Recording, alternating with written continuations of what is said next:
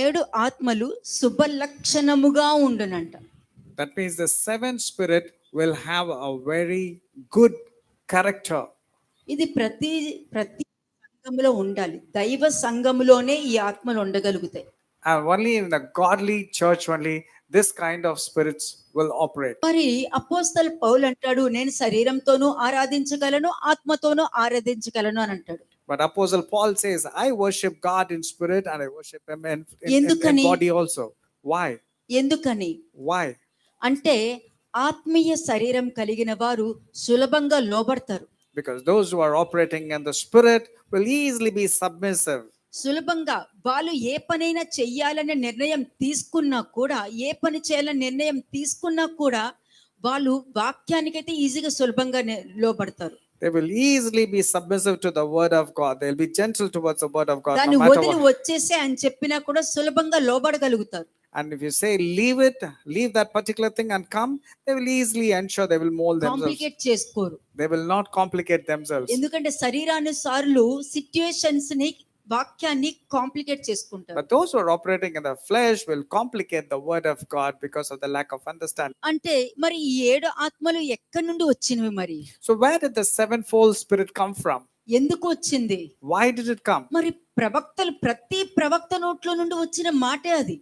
Every prophet of God spoke about the spirit concern. నమ్మితే ఏంటి, నమ్మకపోతే ఏంటి? What happens if you believe and what happens if you do not believe? నమ్మటం వల్ల ఏం జరుగుతుంది, నమ్మకపోవడం వల్ల ఏం జరుగుతుంది? What happens when you believe and what happens when you don't? నమ్మడం వల్ల నువ్వేం పొందుకుంటావు, నమ్మకపోవడం వల్ల నువ్వేం పొందుకుంటావు? Why if you can only believe what you receive and what if you do not believe and what you lose? ఎందుకంటే రెండు రకాల trunk ఉంటుందండి, రెండు రకాల చెట్టు యొక్క మొద్దు ఉంటుంది. There are two types of trunks of the tree. కదా, కాబట్టి ఒకటి ఇప్పుడు చూపిస్తాను, రెండోది నెక్స్ట్ వీక్ చూపిస్తాను. Today I will talk about one of the trunks and tomorrow I'll talk about the second part. Isaiah 11:1 చూద్దాం ఒకసారి. ఐజియా 11:1, యెషయా 11వ అధ్యాయము మొదటి వచనం. యెషయా మొద్దు నుండి చిగురు పుట్టును, వాని వేరుల నుండి అంకురం ఎదిగి ఫలించును. అంతవరకే. అంటే యెషయా మొద్దు నుండి అంటే యెషయా అన్నది రాజు. There shall come forth a rod from the stem of Jesse. దావీదు That's about యొక్క a king. తండ్రి. And it's the father of King David. అంటే యెషయా మొద్దు నుండి పుట్టబోయే చిగురు, ఇది ఒక ప్రవచనం. This is about a prophecy about the stem which was talking about David. కదా, మరి ఆ చిగురులో నువ్వు ఉన్నావా లేదా అన్నది నువ్వు పరీక్షించుకోవాలి. You need to check if you are also like this particular branch which was prophesied earlier. నిజంగా చూస్తే ఆ చిగురు అన్నది ప్రవచనం అన్నది నెరవేరు. And that stem of Jesse was actually the fulfilling of the prophecy. అంటే ఈ దావీదు తండ్రి యొక్క కుటుంబము, నిజంగానే దావీదు కుటుంబము చనిపోయింది, అంటే మొద్దు ఎండిపోయింది. The actual stem or the rod got dried up. The main trunk got dried up. ఇంటికి వెళ్ళిన తర్వాత 2 Kings 25th chapter 1 to 21 verses.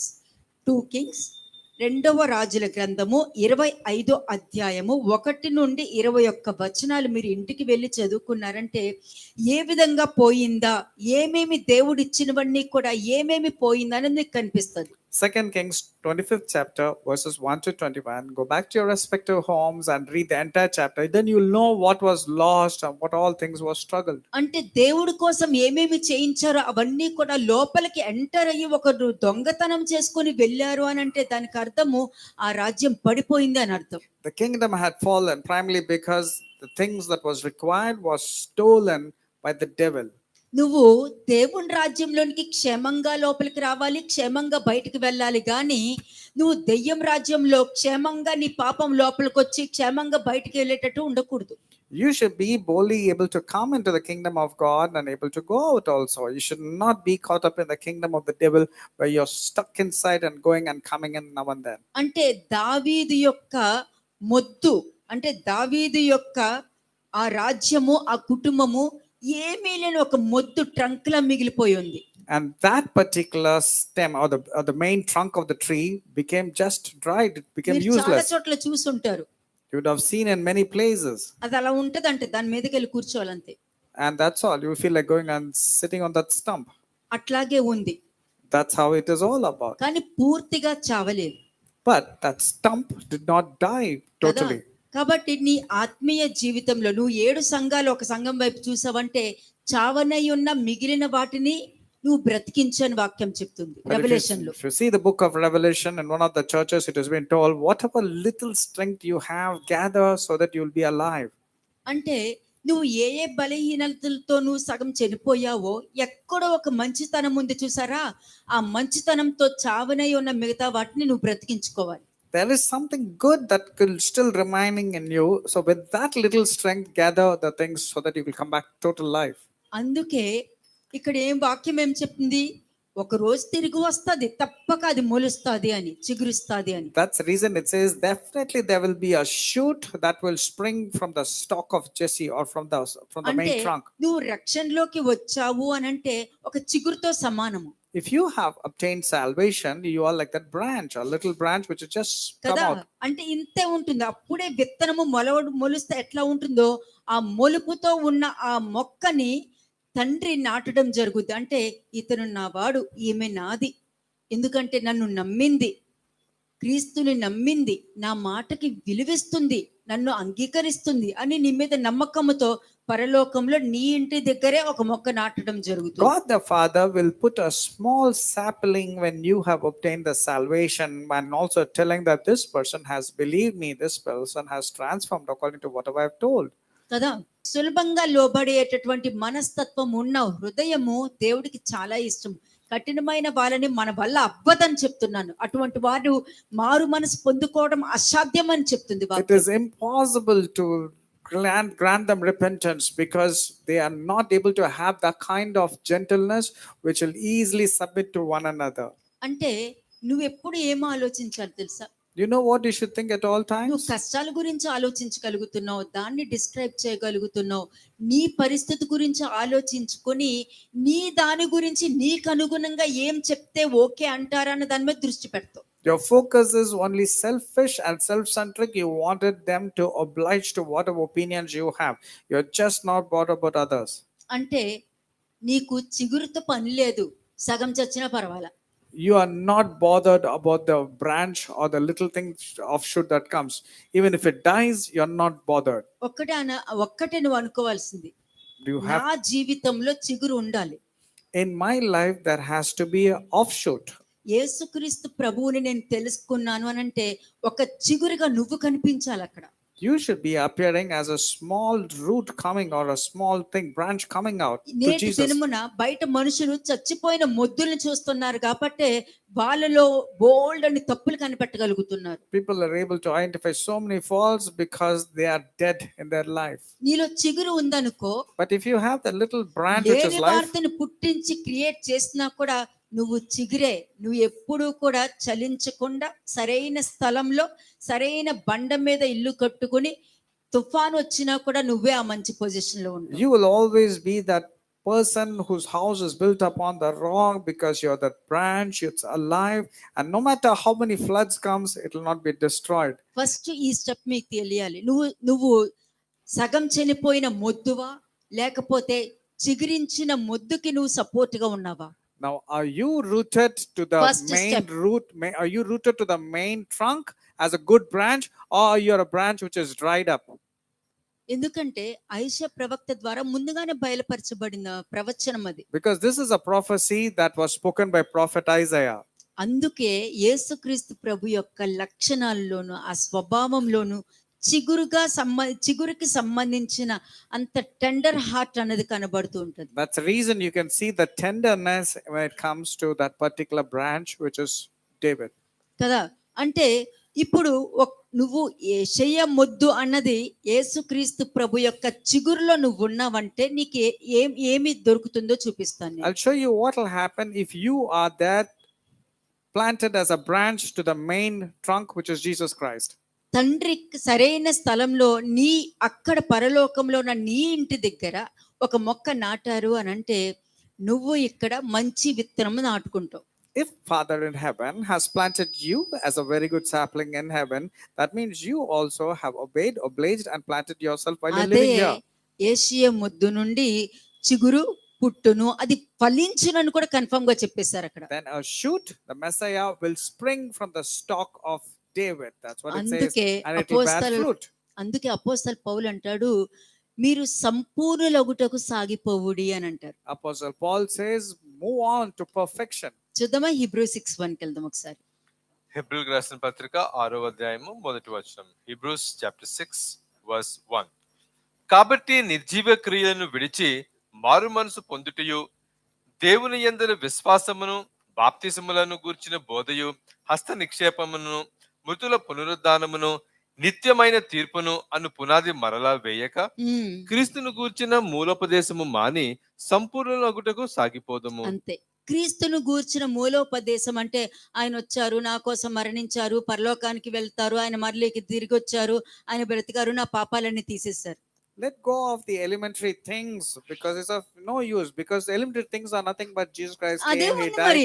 he rose again. People are caught up in the elementary things, clear గా రాయబడి ఉంది. but that's not going to take you to perfection అంటే బాప్తిస్మములు గూర్చిన బోధయు, or of the doctrines of baptism. అందుకు నేను పరలోకానికి పోతాను, baptism తీసుకునే పరలోకం, అదే జరుగుతుందా లేదా మీరే చెక్ చేసుకోండి. Now tell me, nowadays people are speaking, if you're baptized you'll go to heaven. Don't you think it's a wrong kind of హస్త doctrine? నిక్షేపణము, అందరూ వస్తే చేయి పెట్టి prayer చేసేయడము, What about the laying of hands? Even that is prevalent. People want to lay hands నిత్యమైన and pray. తీర్పు. తీర్పు ఏంటి తెలుసా? నువ్వు దేవుని తెలుసుకోలేదనుకో, నువ్వు తీర్పులోకి వెళ్ళిపోతావు, నువ్వు నరకానికి వెళ్ళిపోతావు. Or of judgment. If you believe in God, you go to heaven. You don't believe in God, you'll go to hell. This is the kind of judgment they're doing. ఇదే చెప్తారు. ఇంకా ముందుకు సాగడం అంటే వాళ్ళకి తెలియదు. They cannot move forward towards perfection. మిగతాదంతా కూడా వాళ్ళ బోధే. And the rest all is their own వాళ్ళు doctrines. పెట్టుకున్న పండగలు, వాళ్ళు పెట్టుకున్న రూల్స్, వాళ్ళకి తగ్గట్టుగానే వాళ్ళు వెళ్ళిపోయి వాళ్ళకి నచ్చిన మీటింగ్స్ పెట్టుకుంటూ, వాళ్ళకి ఈ వరాలు ఉన్నాయి, ఆ వరాలు ఉన్నాయని చెప్పుకున్నారు. జీవ గ్రంథంలో ఎవరు కూడా నాకు ఈ వరాలు ఉన్నాయని చెప్పుకున్న వాళ్ళు ఎవరు లేరు. In the entire book of the Bible, no prophet or no one has said, I have got this particular gift. But అలా nowadays అనుకుంటే people are talking about their own gifts. అలా అనుకుంటే ఎన్నో గొప్ప కార్యాలు చేసిన ఎలైజా షూనేమీరాలు కొడుకు దగ్గరకు వచ్చేసరికి, ఎందుకు షూనేమీరాలు కొడుకు మరణించారని యెహోవా నాకు మరుగు చేసి ఉన్నాడు అని ఎందుకు చెప్పాలి? Why should Elisha say that the Shunammite woman's son was dead? But how come he said, the Lord did not reveal this to me? Why did he say that? ఈ బయట మనుషులు మరి దేవుడు ప్రవక్త అయితే తెలియాలి కదా, దేవుడు చెప్పాలి కదా అని అంటారు. But nowadays people are so attacking the prophet, saying, if he's God, he should have told, isn't it? Why he didn't ఎందుకంటే tell? యెషయా నుండి మొద్దు చిగురు వచ్చింది అని అంటే, ఆ చిగురు నెక్స్ట్ ఏంటని చూసుకుంటూ వెళ్ళడానికి చూస్తుంది, కానీ ఇలాంటి ప్రశ్నలు వేసుకుంటూ పాయింట్ అవుట్ చేసుకుంటూ ఏంటి డిస్ప్యూట్స్ తీసుకొచ్చే దాంట్లోకి వెళ్ళదు. When the branch has come out of that particular rod or the trunk of the tree, it will not go into any disputes or arguments. It will move on to perfection to become a very good branch bearing fruitful. కదా, మీకు clear గా చూపించాను. మూలోపదేశములు మాని అని clear గా ఇక్కడ Hebrew 6:1 and 2లో చెప్తే, కానీ బయట ఏం జరుగుతుందో కూడా మీకు చూపించేసా. In Hebrews 6:1, it was very clearly says, leaving the elementary discussions of the principles of Christ, but now that's what is happening outside. క్రీస్తును గురించిన బోధ జరగట్ల. విగ్రహాల గురించి, పూజల గురించి, దీని గురించి, పరలోకం గురించి, నువ్వు బాప్తిజం తీసుకోవాలి గురించి, మత మార్పుల గురించి ఇవే జరుగుతున్నాయి. కానీ మనుష్య కుమారుడు ఏ రోజు కూడా అది ఈ విధంగా ప్రవర్తించలేదే. The Son of Man or Apostle Paul's and all the apostles spoke very well. They never spoke demeaning any religion. They only spoke about God and the kingdom of God. సరే, వాక్యంతోనే మాట్లాడుదాం. ఐజియా 4:2 చూద్దాం. Isaiah chapter second step. Isaiah 4:2, యెషయా 4వ అధ్యాయము 2వ వచనము. ఆ దినమున యెహోవా చిగురు మహిమయు భూషణమగును, ఇశ్రాయేలులో తప్పించుకొనిన వారికి, ఇశ్రాయేలీలో తప్పించుకొని వారికి భూమి పంట ఆహా. అతియాస్పదముగాను ఆహా, శుభలక్షణముగాను ఉండును. అర్థమైందా? శుభ లక్షణముగాను ఉండును. Subalakshan. శుభ లక్షణముగాను ఉండును. Isaiah chapter 4 verse 2. In that day the branch of the Lord shall be beautiful and glorious, and the fruit of the earth shall be excellent and appealing for those of Israel who have escaped. Beautiful, excellent, glory of the lord. Excellent and appealing. The fruit of the earth shall be excellent and appealing. అంటే నీ ప్రవర్తన విధానమే మారిపోతుంది. Your entire way of thinking changes. Your okay, attitude changes. నీ attitude మారుతుంది, నువ్వు మాట్లాడే విధానం మారుతుంది, నువ్వు ఎక్కడికి వెళ్ళినా కూడా చాలా డిఫరెంట్ గా కనిపిస్తుంది. Wherever you go, you will be found to be a different person. People will be asking, what happened to you, నీ man? ఇంట్లో కూడా అటువంటి ఆశీర్వాదం ఉంటది. Even in your house, you will find that kind of blessing. పిల్లల జీవితంలో ఆశీర్వాదము, Even- నీ బిజినెస్ లో కానీ, నీ జాబ్ లో కానీ, నీ భార్య లైఫ్ లో కానీ, నీ భర్త లైఫ్ లో కానీ, మీ రిలేషన్స్ ముందు నువ్వు శుభలక్షణంగా కనబడతావు. You will be appearing, appealing, and excellent. Everybody in everybody's sight, wherever you go. ఎవరి గురించి మాట్లాడుతున్నారు? This is about whom? ఇశ్రాయేలీయులలో తప్పించుకొనువారు. These are the one who have escaped from being the kind of wrong Israelites. Okay, తప్పించుకొనువారు. తప్పించుకోవడం అంటే ఏంటి? Those who have survived. Who are these people who have survived? నువ్వు ఇక్కడ వాక్యం వింటున్నావు, నువ్వు You are hearing the word here. అయ్యో నేను ఇక్కడ ఈ తప్పు చేస్తున్నాను కదా, ఇది నేను చేయకూడదు అంటే నువ్వు తప్పించుకుని వచ్చావు కాబట్టి నీ శుభలక్షణము నిన్ను నువ్వు ప్రజెంట్ చేసుకుంటున్నావు, శుభలక్షణంగా ప్రజెంట్ చేసుకుంటున్నావు అక్కడ. When you're hearing the word and mending your ways and say, this is not what I'm supposed to be, after hearing the word, I will change. That means you're wanting to present yourself as an excellent and glorious person. శరీరముతో ఆలోచించేది శరీరముగానే చూస్తుంది. If you think only about the flesh, your thinking also will be associated with flesh. ఆత్మ మూలంగా నువ్వు చిగురు అన్నట్టు, ఆ చిగురు అన్న స్థలంలో నువ్వు వచ్చావంటే ప్రతిదీ కూడా ఇది నేను తీసుకోవాలి, ఇది నేను నేర్చుకోవాలి, ఇలా నేను మార్చుకోవాలి, నేను ఇలా ఉండాలి, నా ఫ్యామిలీ ఇలా ఉండాలి, నా భార్య Amen. దగ్గర నేను ఇట్లా ఉండాలి, Yes, Lord. నా భర్త దగ్గర అంటే భర్త భార్యకి శుభలక్షణంగా ఉండాలి, భార్య భర్తకి శుభలక్షణంగా ఉండాలి, భార్య భర్తలు పిల్లలకి శుభలక్షణంగా ఉండాలి, నీ కింద పనిచేసే వారికి నువ్వు శుభలక్షణంగా ఉండాలి, నీ పై అధికారుల మధ్యలో నువ్వు శుభలక్షణంగా ఉండాలి. ఎంత బాగుంటుందో చూడండి. And whoever you are, whatever relationship you have with a husband or wife or children or your workplace, you should be appearing to be excellent in their eyes, appealing in their eyes, well conducted, well mannered. They should speak very high about you. శరీరానికి ఒకటి నచ్చితే అది నాకు కావాలి అని అడుగుద్ది. When your flesh or your body looks for something, yearns for something, it desires, I want it at any cost. కానీ దైవ జ్ఞానము సులభంగా లోబడుతుంది. అది కావాలన్నప్పుడు దొరకపోతే నీకు డబల్ గా నీకు ఏ దేశమో దొరుకుతుంది. But godly wisdom will be very willingly wanting to yield, even if you don't require, you don't get it, it doesn't bother. But when you don't require it, when you say, it will come to your life. ఇప్పుడు నువ్వు ఒకటి ఇష్టంతో అడుగుతావు, For instance, you wanted something out మీ of parents desire. No అన్నారనుకో, And if your parents strictly say no, no అని చెప్పానా అన్నారనుకో, and if they strictly say, did I not say no to you? నీ శరీరం సులభంగా లోబడింది అనుకో, And if you're willing to yield at that moment, నువ్వు ఏం కావాలనుకున్నావో ఒకటి అడుగుతావు కానీ నీకు పొద్దు దొరుకుతాయి. దేవుడు ఇచ్చే కార్యము నువ్వు రిసీవ్ చేసుకునే నీ శరీరంలో ఉంది. దేవుడు నువ్వు అడిగే ప్రతి దాంట్లోనే ఏంటి తెలుసా, నో and అని వస్తుంది. whatever you ask of God, more often you will get a strict no from God. ఆ నో అన్నప్పుడు సులభంగా లోబడుతున్నావా, And when you Skip get, అయిపోయి ఉంటున్నావా? listen to this carefully, all of you. When a no comes to you, are you willing to yield, or you're very stubborn, adamant, and you're saying, no, I want it?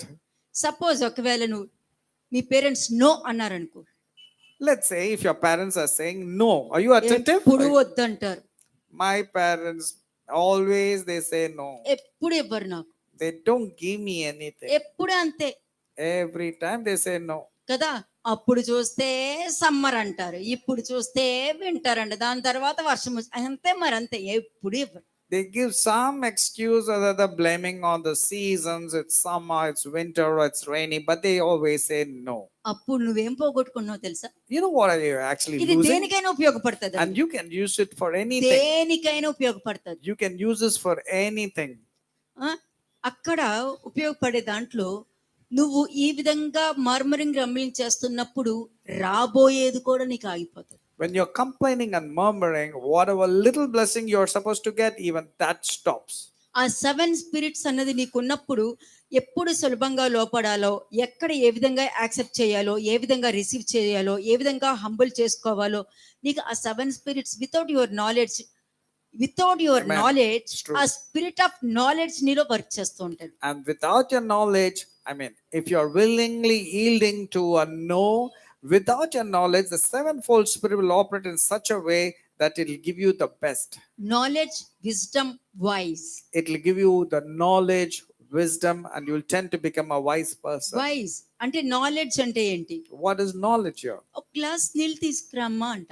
I'll say, fetch me a glass of water. జ్ఞానము నువ్వు అంటే జ్ఞానంకి command ఉంటది. When you're having knowledge, it'll command. నువ్వు నేను పలానా ప్లేస్కి వెళ్ళాలనుకుంటున్నా, వెళ్ళొచ్చా? వెళ్ళొద్దు. వెళ్ళొద్దు అంటే జ్ఞానానికి కమాండ్ ఉంటుంది, ఎస్ ఆర్ నో చెప్పడానికి. Knowledge will always show a very affirmative yes or no. It knows the subject very well, so it says either yes or no. అది నాలెడ్జ్. That's knowledge. అంటే Speaking of నువ్వు authority. వెళ్ళొద్దు అన్నప్పుడు knowledge నీ దగ్గరకు వచ్చింది, When you're supposed జ్ఞానము to, నీ దగ్గరకు వచ్చింది. knowledge came to you because when you were asked not to go, it came to you. తర్వాత నెక్స్ట్ ఏమవుతుంది? What's the next step? నీళ్ళు అడిగాను, కమాండ్. జ్ఞానము నీళ్ళు అడిగింది. Knowledge will ask for water. It's commanded asking for a glass of water. అప్పుడు ఎవరికైతే ఆజ్ఞ ఇచ్చిందో ఆ వ్యక్తి ఏం చేస్తారంటే జ్ఞానానికి ఏ గ్లాస్తో తీసుకొస్తే ఇష్టమో అది తెలుసుకుని ఆ గ్లాస్తో తీసుకుని వస్తాడు.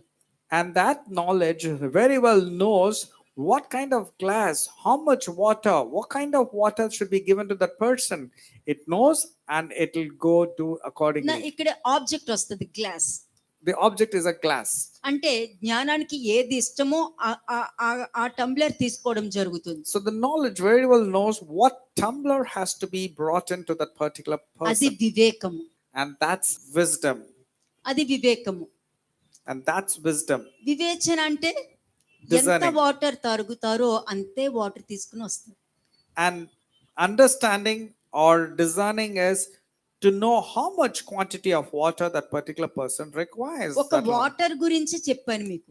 I just gave you an example of water. అదే మీకు అక్కడికి వెళ్ళొద్దు అని నీకు జ్ఞానం వచ్చినప్పుడు నువ్వు ఆ మాట పట్టుకుని నువ్వు అక్కడికి వెళ్ళకుండా ఉన్నావు అని అంటే దానికి అర్థము విజ్డమ్ అన్నమాట.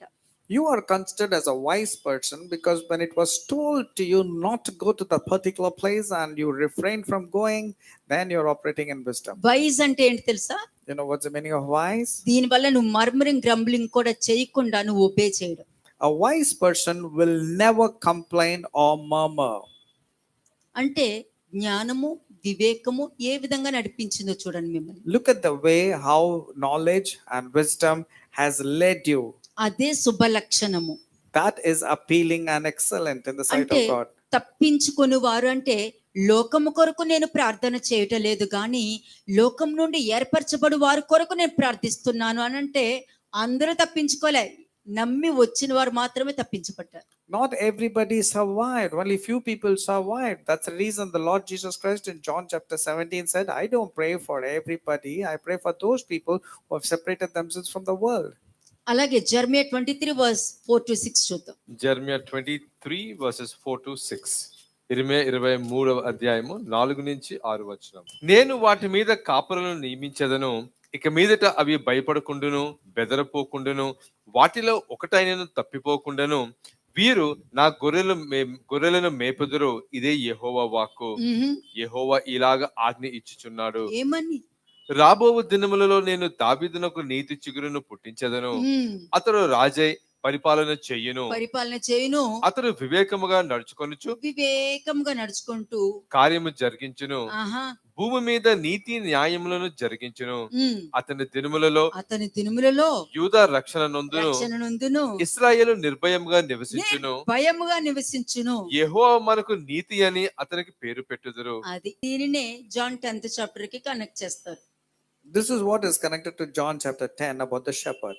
నా గొర్రెలకు నేనే కాపరిని. I am that good shepherd. నేను మంచి కాపరిని నా గొర్రెలకి. I am a good shepherd to my sheep. అన్యులు నా స్వరము వినరు. The strangers will not listen to my voice. నేను దేవుని మాట మీద నిలబడతాను. నిలబడి ఆయన మాట్లాడిన మాట మీద నేను నమ్మకం ఉంచుతాను. అప్పుడు నేను ఆయన స్వరాన్ని వింటాను అని అర్థం. That means I will listen to the word or the instruction that comes from God. I will listen and I'll obey. Then I can hear whatever He's telling me. ఎప్పుడైతే నేను దేవుడి స్వరాన్ని వింటానో అప్పుడు నేను తెలుసుకుంటా ఆయన జ్ఞానము, ఆయన మార్గము, ఆయన యొక్క ఆలోచనలు నా ఆలోచనలు వంటివి కాదు. నేనే ఆయన ఆలోచన దగ్గరికి వెళ్ళాలి, నేనే ఆయన మార్గం దగ్గరికి వెళ్ళాలి, ఆయన నా మార్గం దగ్గరికి రాకూడదు అని నేను తెలుసుకున్నాను. I will come to know when I hear to the word of God, through the word of God, through sermons, then I will realize my thoughts are totally different. I have to move on to perfection according to God's thoughts. My thoughts should not prevail in me. మరే ప్రపంచంలో బోల్డన్ని సంఘాలు ఉన్నాయి కదా. What about the various churches that's in the అందరూ world? చెప్పేస్తారు అక్కడే ఉన్నారా దేవుడు, ఇక్కడ లేరా? Many people pass a comment. Do you think God is only there? He's not to be found here? నువ్వు మాట్లాడే చూడు, అక్కడే ఉంటారా దేవుడు, ఇక్కడ ఉండారా అనో చూడు, అందులోనే తెలిసిపోతుంది నీ దగ్గర దేవుడు లేరని. Clearly, you are defining that God is not there in your church because the moment you said God can be there, only there is it. You think He's not here? Okay, third verse చూడండి ఒకసారి. నేను వాటిని తోలివేసిన దేశములన్నిటిలో నుండి నా గొర్రెల శేషంను సమకూర్చి తమ దొడ్లకు వాటిని రప్పించెదను, అవి అభివృద్ధి పొంది విస్తరించును.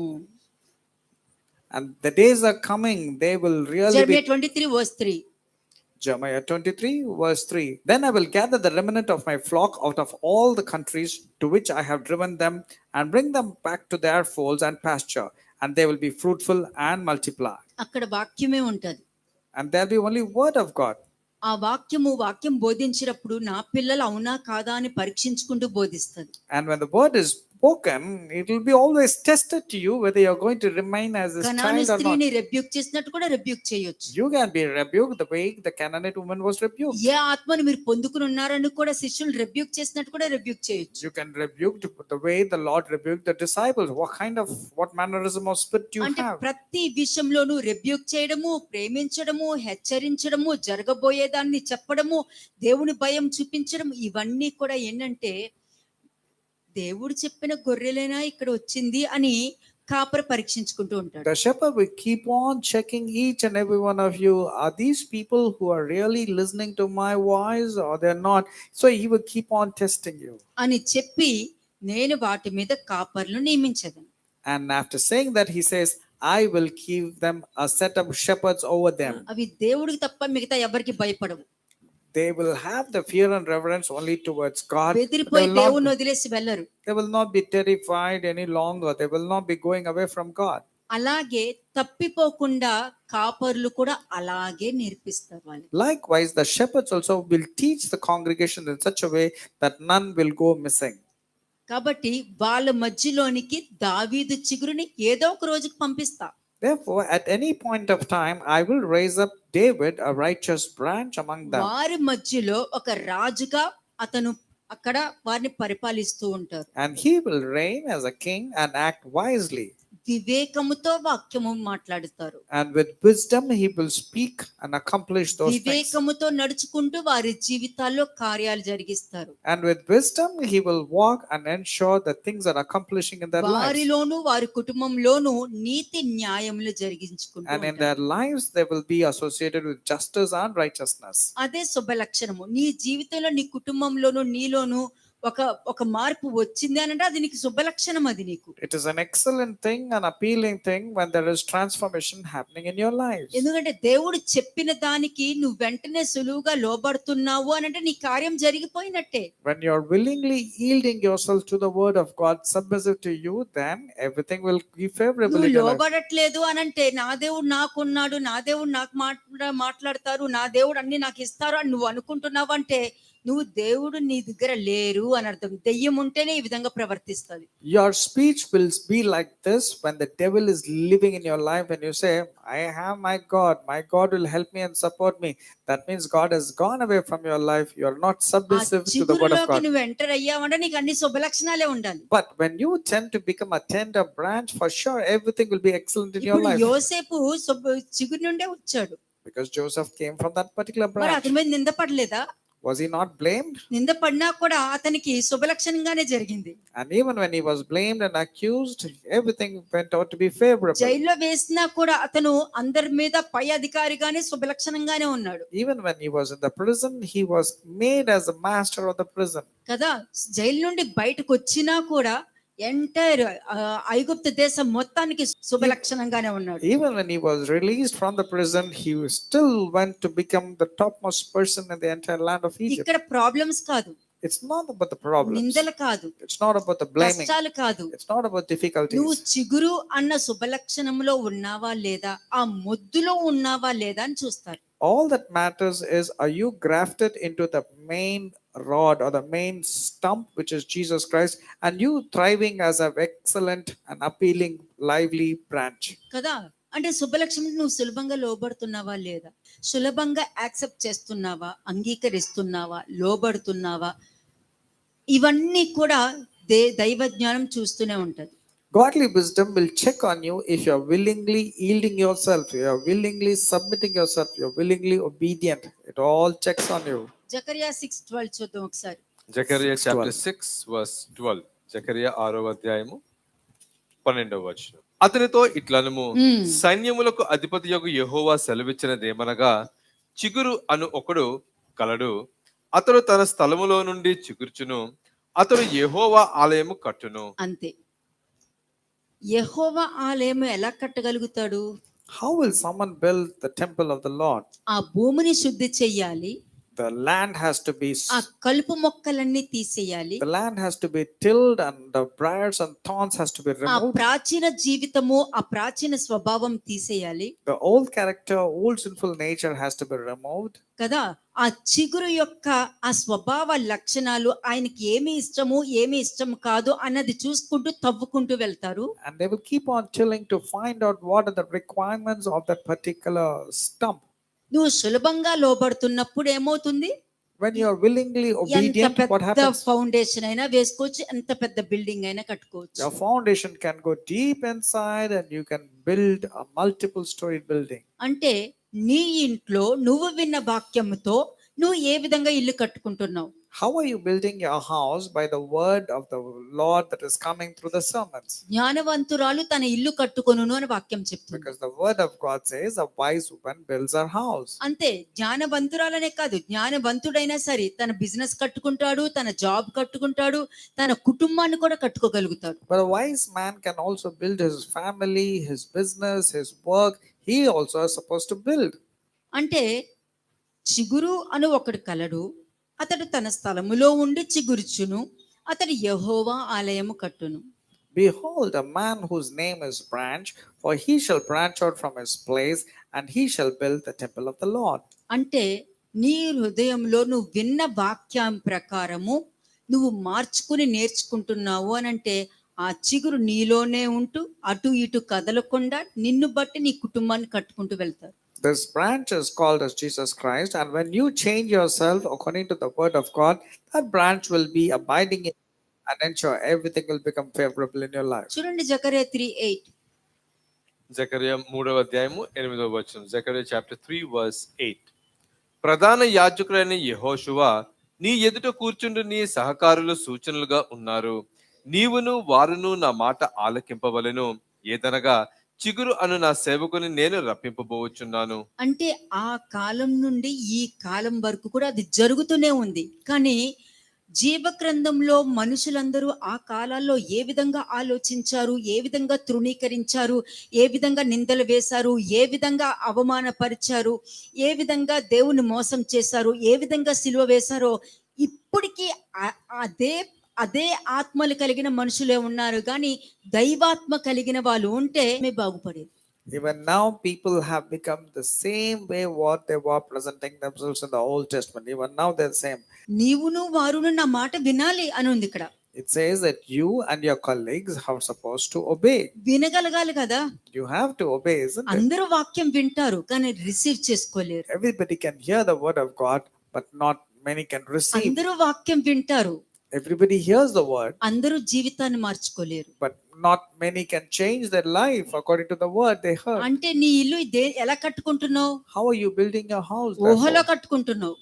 Are you building your house in your thoughts, in your imagination? కొంతమంది ఎలా కట్టుకుంటున్నారు? How some of them are ఇసుక building మీద కట్టుకుంటున్నారు. it upon the sand. అందుకనే నీ ఇల్లు పరీక్షించడానికి ఒక సిచ్యువేషన్ వచ్చినప్పుడు ఏమవుతుంది? గాలికి కొట్టుకుపోయినట్టు కొట్టుకుపోతుంది, నీరుకి కొట్టుకుపోయినట్టు ఇల్లు కొట్టుకుపోతుంది. Therefore, when a test comes, your house is actually flying away, or when the flood comes, it's drowning away because the foundation is very weak. It's built upon thoughts and upon the sand. అలాగే Isaiah 27:6 చూద్దాం. Isaiah 27 verse 6. యెషయా 27వ అధ్యాయము 6వ వచనం. రాబో దినములలో యాకోబు వేరు పారును, ఇశ్రాయేలు చిగుర్చి పూయును.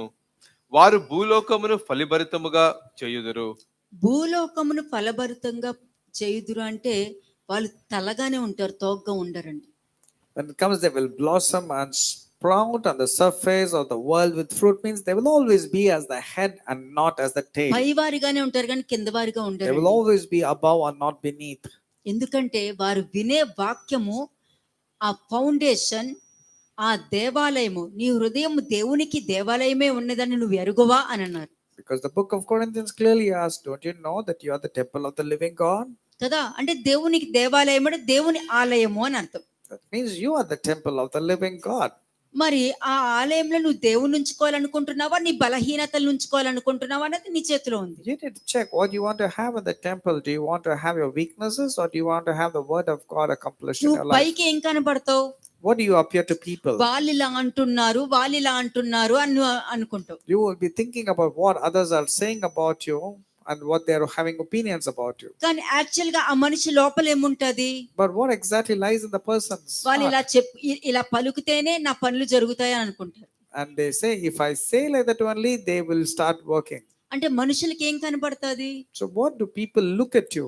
ఈ వ్యక్తి పాపం వాళ్ళు ఈ వ్యక్తిని ఈ విధంగా మాట్లాడుతున్నారే అని అనిపిస్తుంది. But though you have a different vision, your presentation is appearing in differently to others. కానీ చెప్పిన వ్యక్తికి ఏం కావాలి, What does a person actually require? వాళ్ళు అలా చేస్తేనే తన పని జరుగుద్ది. The person who speaks will say, if I say like that only, they will start working. కానీ తన మైండ్ లో ఏమనుకుంటుందో అదే జరుగుతూ ఉంటది. But whatever the person thinks only will keep happening. నువ్వు ప్రజెంట్ చేసేటప్పుడు మంచివారిలాగా వాళ్ళని తప్పులాగా చూపిస్తున్నప్పుడు ఆ తప్పు మాత్రమే నీలో హైలైట్ అయ్యి నీ జీవితం అంతా నువ్వు కావాలనుకున్నవన్నీ నువ్వు కోల్పోతూనే ఉంటావు. You will lose everything because you are not able to see that which is good that is coming, but you are seeing only that which is evil. Therefore, you will be losing so many things. అందుకే లోపల ఒకటి పైన ఒకటి కాదు, నీకేం కావాలి అనేది నీకు క్లారిటీ ఉండాలి. Therefore, you need to have a clarity. Don't pretend whatever you want. నువ్వు బయట Say. ఎంత మంచిగా చెప్పినా నువ్వు లోపల ఎలా ఉంటావో అదే నిన్ను దేవుడు తీసుకునేది. Whatever you present to the world, God doesn't consider that. But what is in your heart, what kind of person you are, the hidden, that is what God will see. ఎందుకంటే ఆ కాలంలో కూడా చాలా మంది అన్ని కూడా దేవుడికి విరోధమైనవన్నీ చేసేసి దేవుడు సేవ చేస్తున్నానని చూపించుకున్నారని వాక్యం మీకు ఆల్రెడీ నేర్పించాను నేను. I've already told you, from the Old Testament, many people were thinking that they're doing God's work while they were doing things contrary, but they were thinking that they were doing something right. శుభ లక్షణంలో ఏముంది, What is there in a appealing or good నువ్వు character? చిగురు అన్న దాంట్లో ఉంటే నీ పరిస్థితులు కూడా చిగురిచ్చేటట్టు చేసుకోగలుగుతావు. If you are a branch and if you're abiding or grafted in the main root, you will be fruitful. ఎందుకంటే నువ్వు ఎండిపోవాలని ఇష్టపడినప్పుడు అదే జరుగుతుంది నీకు. Because when you want it to dry up, that's what happens. అలాగే ఐజయా 6:13 కూడా చూడండి. Let's say Isaiah 6:13. 6:13. యెషయా 6వ అధ్యాయము 13వ వచనం. దానిలో 10వ భాగము మాత్రము విడవబడినను అదియును నాశనమగును. ఉమ్. సింధూర మస్తిక వృక్షములు నరకబడిన తరువాత అది మిగిలియుండు మొద్దు వలె ఉండును. ఉమ్. అట్టి మొద్దు నుండి పరిశుద్ధమైన చిగురు పుట్టును. అది పరిశుద్ధమైన చిగురు. నువ్వు దేవుణ్ణి తెలుసుకోవడం గొప్ప కాదండి, ప్రతి వాళ్ళు తెలుసుకోగలుగుతారు. It's not a great thing when you say, I know God. Everybody can say that. పరిశుద్ధమైన చిగురు అని నీ నోరు నాలుక మాట్లాడకూడదు, You నీ should not, శరీరము మాట్లాడాలి పరిశుద్ధమైన చిగురు అని. your mouth should not say that you are holy and perfect, but your presentation, your body should reveal that you are actually holy and perfect. ఈ చిగురు అంతా కూడా నీ ప్రవర్తన మీద, నీ ఆలోచన మీద ఆధారపడుతుంది. అదే బలము, తెలివి, గ్రహింపు, ఆలోచన ఇవన్నీ కూడా నీ శరీరంలో ఉండేవే. These 6 points which is mentioned on the board, it all depends upon it. It all depends upon how you think, how you analyze. దీని యొక్క వాక్యం నీలో ఉందంటే దేవుని యొక్క ఆత్మ, పరిశుద్ధాత్మ, యెహోవా ఆత్మ, సత్యస్వరూపి అయిన ఆత్మ, క్రీస్తు యొక్క ఆత్మ, యేసు యొక్క ఆత్మ, కుమారుని యొక్క ఆత్మ, భయభక్తులు పుట్టించ ఇవన్నీ ప్రతి ఆత్మలు కూడా నీకు ఏమేమి అవసరమో నీకు తెలియకుండానే ఆ పనులు జరిగించుకుంటూ The వెళ్ళిపోతాయి. sevenfold spirits will start operating in your life, and without your knowledge, whatever you want, they will provide, provided you have these ఇటువంటి characters. వాక్యం నీలో ఉందనుకో, If you have this kind of good అమ్మో word inside వాళ్ళు you, వస్తారు నేను ఏం మాట్లాడాలి అన్ని శరీరం అంటది. your body will say, they're coming, I should know what I'm supposed to speak. అప్పుడు వాళ్ళు వచ్చేసరికి దేవుని యొక్క ఆత్మ ఏం చేస్తది, తండ్రి యొక్క ఆత్మ నీలో ఉండి మాట్లాడుచున్నాడే గాని మాట్లాడున్నది మీరు కాదు. అంటే సరైన సమాధానం అక్కడ మాట్లాడేసరికి అందరూ నోరు మూసుకుని ఉంటారు. And according to the book of John, the Spirit of God will take over and you do not know what to speak, what to premeditate. The Spirit of God will speak on your behalf and they will remain silent, those who are అలాగే listening to you. Joel 2:32 చూద్దాం. యోవేలు 2వ అధ్యాయము 32వ వచనం. Joel chapter 2 verse 32. యెహోవా సెలవిచ్చినట్లు సీయోను కొండ మీదను యెరూషలేములోను తప్పించుకునే వారు అందరూ శేషించిన వారిలో యెహోవా పిలుచువారు కనబడుదురు. అది దేవుడు పిలుచువారు కనబడతారు, వాళ్ళ ప్రవర్తనలో తెలుస్తది. And those who బయట are, వారికి వాళ్ళకి డిఫరెన్స్ ఉంటది, చాలా డిఫరెన్స్ ఉంటది. there'll be huge difference between the outsiders and the people who are called by the Lord. Next ఆ దినమున యెహోవా నామమును బట్టి ఆయనకు ప్రార్థన చేయువారు అందరూ రక్షింపబడుదురు. అంతే, దేవుని నామమును బట్టి నీ కష్టాలు బాధలు వచ్చి చేస్తే ప్రార్థన బట్టి నువ్వేమి రక్షించబడవు. You will not be saved just because of your prayers and all, but all those who call upon the name of the Lord will be saved. అంటే ప్రార్థన చేయవారు రక్షించబడతారంట. That means those who are praying, they will be saved. దేవుని చిత్తంతో దేవుని దృష్టికి అనుగుణమైన ప్రార్థన. And their prayers is associated according to God's will and they do God's will perfectly. దేవుని నామమున ప్రార్థన చేయవారు రక్షించబడతారు అనంటే దైవ దృష్టి ఏమి ఇయ్యగోరునో అదే అడుగుతారు వాళ్ళు, అందుకనే వాళ్ళు రక్షించబడతారు. These people will be saved because they are calling upon the name of the Lord. They ask those things which is according to the perfect will of God. They don't ask with their own thoughts and intentions. గొంతెమ్మ కోరికలు కావు, అంటే మన desires మన ఆలోచనకి తగ్గట్టు కావాల్సిన అది నాకు కావాలి, అది నాకే కావాలి, అది వాళ్ళు ఏం చేసుకుంటారో చేసుకుంటారు, నేను మాత్రం తెచ్చుకుంటాను, అవన్నీ కూడా నీకు సంబంధించింది, దేవుడి దగ్గర నుంచి సంబంధించింది కాదు. నువ్వు ప్రార్థన చేస్తే ఫలించదు.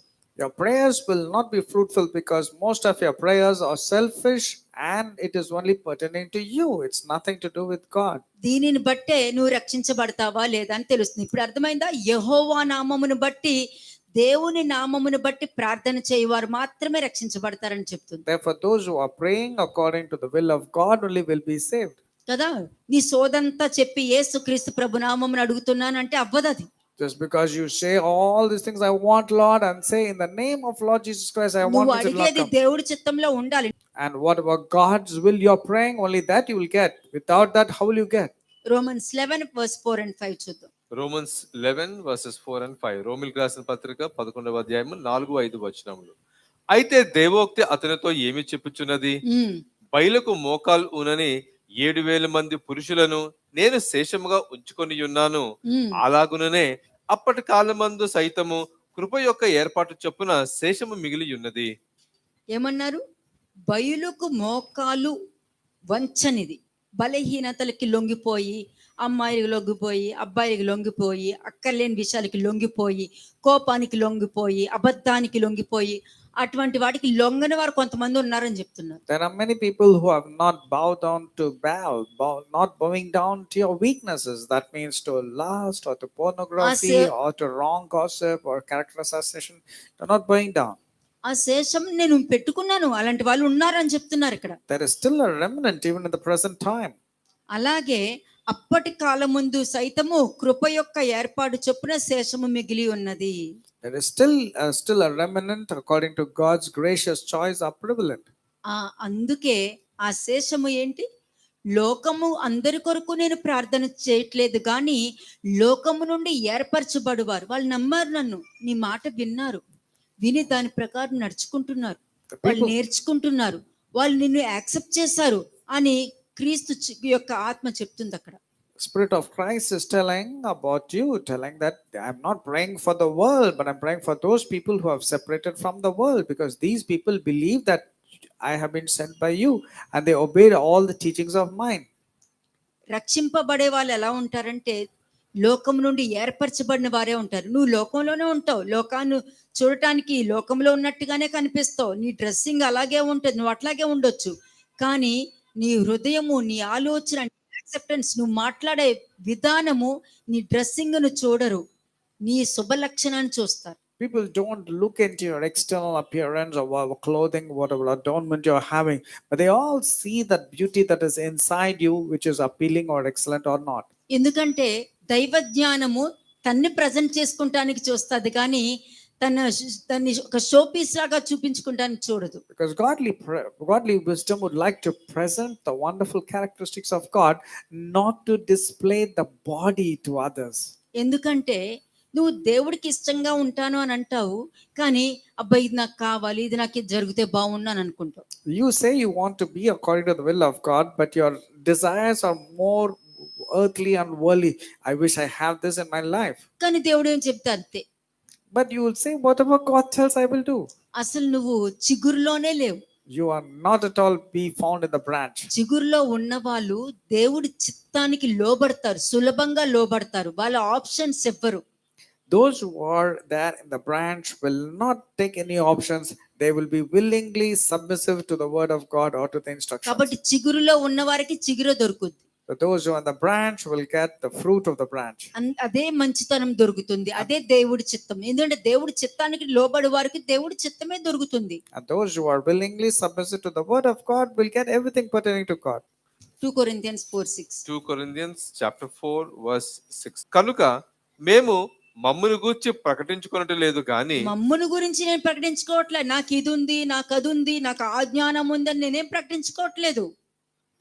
We are not enlightening about ourselves, telling that we have this particular gift or not. Next క్రీస్తు యేసును గూర్చి ఆయన ప్రభువనియు ప్రభువనియు మమ్మును గూర్చి యేసు నిమిత్తము మేము మీ పరిచారకులమనియు ప్రకటించుచున్నాము. ఇదండి, దీనినే దైవజనులు అంటారు, దీనినే సువార్త అంటారు. It's in English, it's in both in verses 5 and 6. This is అక్కడికి exactly వెళ్ళాను, called as 100 సంఘాలు పెట్టాను. అక్కడ ఎన్ని సంఘాలు ఎవరికి కావాలి? 100 మంది కూడా రక్షించబడినప్పుడు నువ్వు ఎన్ని పెట్టినా వేస్టే. what's the point when you're having more number of churches than the people? అవసరం లేదు. There's no point in you talking about. ఆయన ప్రభువనియు, ఆయన ప్రభు అయిన ఆత్మ అనేసరికి ఆ ప్రభు అనేది ఆత్మ ఏం చేయగలదు నువ్వు చెప్పగలుగుతున్నావా? వాళ్ళ జీవితాల్లో ఏ విధంగా పనిచేస్తారో చెప్పగలుగుతున్నారా? When you say he's the Lord, can you tell the people what exactly the Lord is going to do in their lives? కదా, మమ్మును గూర్చి యేసు నిమిత్తము మేము మీ పరిచారకులమని ప్రకటించుకుంటున్నాము. అంటే దేవుడు పిల్లలుగా మిమ్మల్ని చూసుకుంటున్నామే గాని నా సంఘము నేను గొప్పోడిని అని చూపించుకోవట్లేదని చెప్తున్నారు ఇక్కడ. Yeah, Paul is telling we are presenting ourselves as bond servants for Christ, but we're not telling I am the head of the church and I have this authority. కదా, నీకున్న వరాలు కాదు, నీకున్న ప్రవచన వరము కాదు, నీకున్న దర్శనం కూడా కాదు. It's not about your vision or your dream or your gift of prophecy or miracles, whatever you claim. ఏదున్న 7 ఆత్మలు నీలో ఉండి నడిపిస్తున్నప్పుడు దేవుణ్ణి చూపించగలగాలి, దేవుని ప్రజెంట్ చేయగలగాలి, దేవుడి చిత్తాన్ని చూపించగలగాలి కానీ ఒక ఆచారపరంగా బోధించకూడదు. When you have the sevenfold spirit of the Lord operating in your life, you have to present God and everything pertaining to God, not about you or yourself. అలాగే హోషేయ 2:22 చూడండి. హోషేయ chapter 2 verse 22. హోషేయ 2వ అధ్యాయము 22వ వచనము. భూమి ధాన్య ద్రాక్ష రసపు తైలములు మనవే ఆలకింపగా అవి ఇజ్రాయేలు చేయు మనవే ఆలకించును. అంటే నువ్వు చిగురు అన్న దాంట్లో నువ్వు ఉన్నప్పుడు ఆ శుభ లక్షణములో, ఆత్మ లక్షణములో వాక్యము తీసుకొని నీ ప్రాచీన స్వభావాన్ని విడిచి నువ్వు ఉన్నప్పుడు నువ్వు ఏది పలికినా జరుగుతుంది. When you are having that excellent appealing character and you are abiding into the instructions of God, whatever you speak or think will occur. భూమి నీ పని వింటాది, The ధాన్యం land. నీ పని మాట వింటాది, ద్రాక్షరస తైలములు నీ మాట వింటాయి అని వాక్యం చెప్తుంది ఇక్కడ. Everything related to the grain, the earth shall respond even to the grain or the new wine and the oil that bring forth. It will listen to you. అప్పుడు ఎలా ఉండదు తెలుసా? Do you know how నువ్వు will that తినే be? అన్నము ఏమంటే తెలుసా, నేను నీ దేవుడిని అని అన్నం చెప్పుద్ది, నేను నీ బిడ్డనని చెప్పి నువ్వు చెప్పుకోవాలి. And you, when you're eating the grain will say, I am your father, and you will say, I am your son. అవునా? సరే, నెక్స్ట్ వర్స్ చదువు. verse 23. నేను దానిని భూమి యందు నా కొరకై విత్తుదును, జాలి నొందని దాని యందు నేను జాలి చేసుకొందును. నా జనము కాని వారితో మీరే నా జనమని నేను చెప్పగా వారు నీవే మా దేవుడు అని అందురు. ఇదే యెహోవా వాక్కు. అంతే. ఇది మనుషుల గురించేనే కాదండి. నువ్వు ఆశీర్వదించబడి విధేయతతో, ఓర్పుతో, ఓపికతో నువ్వు ఆశీర్వదించి తెచ్చుకున్న ప్రతి అది ఆస్తి అయినా సరే ఏదైనా ఉండనియండి. ఆ ఆస్తి నీతో మాట్లాడుతది. Whatever you get or desire, those things, it can be even inheritance, that will speak to you. మరి ఆ కాలంలో అంత వాక్యం తెలిసిన శాస్త్రులు, పరిసయ్యులు, యాజకులు వాళ్ళందరికీ అంత తెలుసు కదా! మరి తెలిసిన వారు కూడా ఎందుకు మనిషి కుమారుని గుర్తుపట్టలేకపోయారు? Why was that? That the Pharisees and scribes were not able to recognize Jesus as the Messiah, though they had so much knowledge about God. వాళ్ళకి వాక్యం ఎప్పుడు గుర్తుకుంటది? And how will they remember the word? ఎదుటి వాళ్ళతో గొడవ పడటానికి, ఎదుటి వాళ్ళతో వాదన పెట్టుకోవడానికి వాక్యం They గుర్తుకొస్తది. remember the word of God only to fight, fault at others or cause disputes with others. అందులోనే తెలిసిపోతుంది వారి దగ్గర ఏ ఆత్మ లేదని By this clearly knows what spirit is not there and what spirit is there. కదా. ఇప్పుడు ఇంకొక step కి నేను తీసుకెళ్తున్నాను నేను. I'm taking you to the next step. 7 spirits మీలో ఉండటము అది శుభ లక్షణం, అది చాలా ముఖ్యం మీకు. And the sevenfold spirits inside you, it's excellent, it's appealing, it's very good in your life. ఒకసారి ఎహెజ్కేల్ 17:22 కి వెళ్దాం. ఎజెకియల్ 17:22 ఎహెజ్కేలు 17వ అధ్యాయం 22వ వచనం. మరియు ప్రభువైన యెహోవా ఈ మాట సెలవిచ్చుచున్నాడు, ఎత్తైన దేవదారు వృక్షపు పైకొమ్ము ఒకటి నేను తీసి దాన్ని నాటుదును, పైగా నున్న దాని శాఖలలో లేత దాన్ని త్రుంచి అత్యున్నత పర్వతము మీద దాన్ని నాటుదును. ఇశ్రాయేలు దేశములోని ఎత్తుగల పర్వతము మీద నేను దానిని నాటగా అది శాఖలు విడిచి బహుగా ఫలించు శ్రేష్టమైన దేవదారు చెట్టగును, సకల జాతుల పక్షులను దానిలో గూళ్ళు కట్టుకొనును, దాని కొమ్మల నీడను అవి దాగును. మరియు యెహోవానగు నేనే ఘనమైన చెట్టును నీచమైనదిగాను, ఘనమైన చెట్టును నీచమైనదిగాను, నీచమైన చెట్టును ఘనమైనదిగాను చెయ్యువాడుననియు. అంతే. పచ్చని దేన్నైనా తల క్రిందులు, అందుకనే పుతోనని దెయ్యం పెట్టిన చిన్నది వీరు భూ దిగంతములు కూడా మార్చగలిగే సమర్థులని మాట్లాడింది. The spirit of Python that was there, and that little girl said, "Here the one who are going to turn the world upside down." దెయ్యం నమ్మిందండి. The demons believed and trembled. Okay, వచ్చిన దైవ సేవకులని దెయ్యం నమ్మింది కానీ ఆ ఊరు మనుషులు నమ్మలేదు. The people of that land did not believe, but the demons believed that here are people who turn the world upside down. ఎందుకంటే మనుషులు చెప్పే మాటలకే ఇంపార్టెన్స్ ఎక్కువ ఇస్తారు కానీ దేవుడు చెప్పే దాని విషయంలో దేవుడి విషయాన్ని దేవుడి విషయాలుగా పరీక్షించడానికి అంత జ్ఞానము వివేకము వాళ్ళకి లేదు. చెడిపోయిన హృదయాలు కలిగి ఉన్నారు. Most of the people's heart is defiled and corrupt. That's why they tend to believe in what the people say rather than believing in what God has to say. కానీ ఇక్కడ దేవుడు ఏమని చెప్తున్నారు? But what is God saying here? నేను చెప్తున్నాను, నేను మంచి ద్రాక్షవల్లిగా విత్తుతాను వారిని. God is telling, I will sow as a very good vineyard. దేవదారు వృక్షం అంటే అంత మంచి పేరు ప్రత్యక్షలు వచ్చే వరకు వాళ్ళని ఆ స్టేజ్ కి తీసుకెళ్తాను వారిని అంటున్నారు. The Lord is telling and emphasizing that I will take them in such a wonderful state so that they will become noble and they will bear fruits and they'll be blessed. అంటే నీ ద్వారా ఒకటి తీసి ఇంకొక చోట నాటినప్పుడు అంటే నీ సాక్ష్యం వలన, నీ ప్రవర్తన వలన ఇంకొక జీవితం వికసిస్తుంది అక్కడ. And because of your wonderful conduct and character, others' life is getting blessed because it has been taken apart and planted into other person's life. కదా, అవన్నీ నేను నాటుతాను. మీ జీవితంలోనే అనేక మంది బాగు చేసేటట్టు నేను నాటుతాను. అంటే నీ జీవితంలో ఒకడు మారు మనసు పొందుకోవడం కాదు, ఒకరి జీవితం బాగు చేసుకోవాలి first. Your life has to be transformed according to God, not just getting blessings and miracles alone. వీళ్ళందరినీ నేను ప్రొటెక్ట్ చేసి తీసుకొచ్చి ఉంచుతాను. వాళ్ళు ఉన్నంత సేపు కూడా వాళ్ళు అదే స్థాయిలో అదే స్థితిలో వాళ్ళు ఉంటారు. The Lord is emphasizing, and I will bring them all to one place and bless them in such a way that they will be exalted very highly. అక్కడ ఏమంటున్నారంటే నేను నాటినట్టు వాళ్ళు ఉన్నారా సరే. But if they are remaining as a noble vine, the way I planted, if it is good, ఆ చిగురని ముద్దు నుండి వచ్చి శుభలక్షణములతో ఉన్నారా సరే. if they are having that very good character, appealing, excellent, then it is good. లేదనుకో, ఘనమైన చెట్టును నీచమైనదిగా చేయగలుగుతాను, నీచమైన చెట్టును ఘనమైనదిగా చేయవాడిని నేనే అని చెప్తున్నాను. If they don't, I will crop off from the topmost of its young twigs a tender one, and I will plant it on a high and lofty mountain. పచ్చని చెట్టుని ఎండిపోవునట్లును ఎండిన చెట్టును వికసించినట్లు కూడా నేను చేయగలుగుతాను. I can change the tender one as a one which is rough and tough. అంటే భూమి యందుండు సకలమైన చెట్లకి అవి బాగా తెలుసును.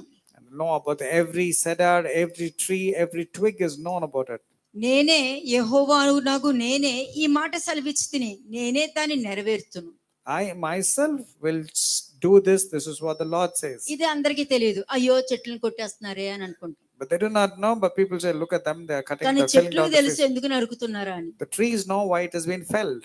అంటే దేవుడి చిత్తం అక్కడ జరుగుతుందని. That means God's perfect will is taking ప్రతి place. మనిషి జీవితంలో దేవుడి చిత్తమే. అది శిలువ మరణమైనా సరే, అవమానమైన ప్రతిదీ దేవుడి చిత్తం లేకుండా జరగదు. Without God's will, nothing can come upon you. Whatever comes upon your life, it's a perfect will of God. అటువంటి అవమానంలో కూడా చిగురులోనే నువ్వు ఉన్నావంటే నీ అవమానమునకు ప్రతిగా రెట్టింపు ఘనత నువ్వు పొందుకుంటావు. If you're really found to be good, then instead of your shame, you will have double honor. Instead of your confusion, you'll have double portion. కానీ చాలా మంది నేను మార్చుకోలేకపోతున్నాను, నేను ఉండలేకపోతున్నాను, నేను చేయలేకపోతున్నాను అని అంటారు. అంటే నీకు నీ బలహీనతలు హైలైట్ చేయాలంటం కోసం దేవుని తక్కువ చేయడానికి చూస్తావు నువ్వు. And just because you want your weaknesses to be highlighted, you are telling and giving excuses. I wanted to change, but I'm not able to change. I want to give up, but I'm not able to give up. దానికి వాక్యం ఏం చెప్తుందో చూపిస్తా. Jeremiah 44కి వెళ్ళండి ఒకసారి. Let's see what the word has to say for those kind of 14th people. వర్స్కి వెళ్దాం. Jeremiah 44. జాగ్రత్తగా చదవండి అక్కడ. I want every one of you to pay attention reading this. ఇర్మియా 44వ అధ్యాయము 14వ వచనం. జెర్మియా 44:14. కావున తాము మరలి వచ్చి మరలి వచ్చి యూదా దేశములో కాపురము ఉండవలెనన్న మక్కువ చేత, అంటే నేను దేవుడితోనే ఉంటాను, నేను మళ్ళీ వచ్చి నేను దేవుడి వాక్యమే వింటాను, నేను దేవుడి కోసమే వస్తా అని చెప్తారు వీళ్ళు. And these people who are survivors will come and say, I'll come only for God. కదా, అక్కడి వాళ్ళతో పాటు ఉంటే బాగుంటది అని మక్కువ చేత ఐగుప్తులో ఆగుటకై అంటే వాళ్ళు ఐగుప్తులోనే ఉంటారు కానీ ఇక్కడికి వచ్చి సేద తీర్చుకోవాలనుకుంటుంటారు వీళ్ళు. They want to stay in Egypt, or they claim that they want to come and dwell in the land of Judah. Next చదవండి.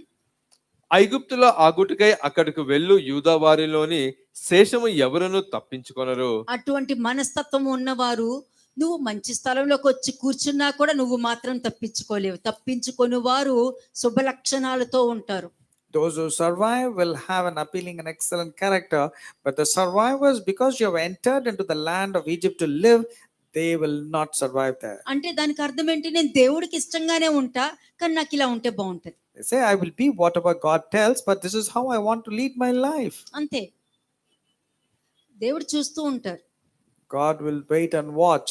నువ్వు ఏం పలుకుతున్నావు, నువ్వు ఏం పొందుకుంటావని. What are you speaking and what you're getting?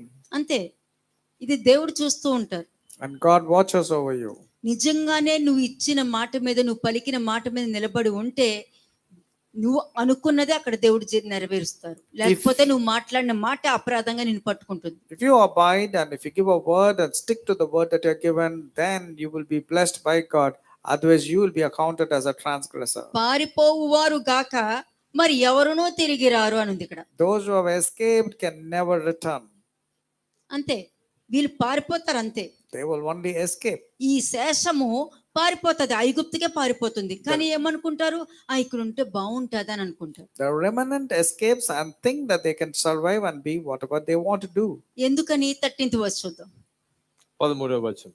యెరూషలేము నివాసులను నేను ఎలాగూ శిక్షించుదునో అలాగే ఐగుప్తు దేశములో నివసించు వీరిని ఖడ్గము చేతము గాని, క్షామం చేత గాని, తెగులు చేత గాని శిక్షించెదను. అది ఇది కనిపించని ఇన్విజిబుల్ దైవ ఆజ్ఞ. This is an invisible divine act of God. ఆ కాలంలో ఏ విధంగా జరిగిందో ఈ కాలంలోనే అదే జరుగుద్ది. ఈ మాట మనుష్య కుమారుడే చెప్తుంది. And these words are spoken by the Son of God himself. ఎందుకంటే వాళ్ళ గురించి వీళ్ళ గురించి మాట్లాడేటప్పుడు మనుష్య కుమారుడు ఒకటే చెప్తారు, అది పక్కన పెట్టు, నువ్వు మారు మనసు పొందకపోతే నీకు అదే గతి పడుతుంది. When you want to talk about others, the Lord will look into you and say, okay, forget about everybody. If you don't repent, if you don't realize this is what is going to come upon you. కదా, ఎవరు తిరిగి రారు. కానీ ఏంటంటే వాళ్ళు ఇక్కడికి వెళ్దాము, తిరిగి వచ్చేసి కామ్గా ఉండి మనం ఇక్కడే ఉందాం అంటారు. కానీ చేసేవన్నీ, ఆలోచించేవన్నీ ఐగుప్తు బుద్ధులు.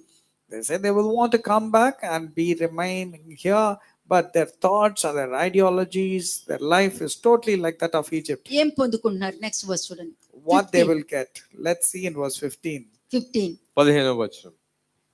అప్పుడు తమ భార్యలు అన్య దేవతలకు ధూపము వేయుదురని ఎరుగుయున్న పురుషులు అందరూ, అక్కడ నిలిచిన స్త్రీలను, మహా సమాజముగా కూడిన వారును, ఐగుప్తు దేశమందులి పత్రోసులో కాపురముండు జనులు అందరూ ఇర్మియాకు ఇలాగ ప్రత్యుత్తరం ఇచ్చిరి. ఉమ్. యెహోవా నామమును బట్టి నీవు మాకు ప్రకటించు ఈ మాట మేము అంగీకరింపము. అది యాక్చువల్ క్యారెక్టర్.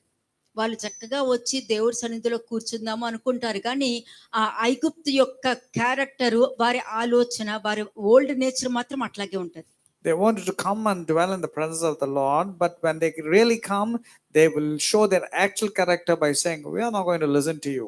అంటే అన్యజనులకు ధూపము వేయుదురు అని అంటే దానికి అర్థం ఏంటి? What does it mean when they want to burn this incense to అంటే other వాళ్ళ gods? బుద్ధులు మారవు, దానికే వాళ్ళు స్టిక్ అయి ఉంటారు. They don't want to change their ways. They want to stick వారి and adamant to their own lives. ఆలోచనలు మారవు, దానికే స్టిక్ అయి ఉంటారు They don't want to mend their thoughts because they want to abide in it. కదా. అందుకే ఎంత వాక్యము చెప్పినా కూడా బుర్రకి ఎక్కదు. మళ్ళీ ఏమంటాం మనం, అంత వాక్యం విన్నారు వాళ్ళు ఆ మార్పు రాలేదే అని అంటాం. కానీ యాక్చువల్ క్యారెక్టర్ ఇది.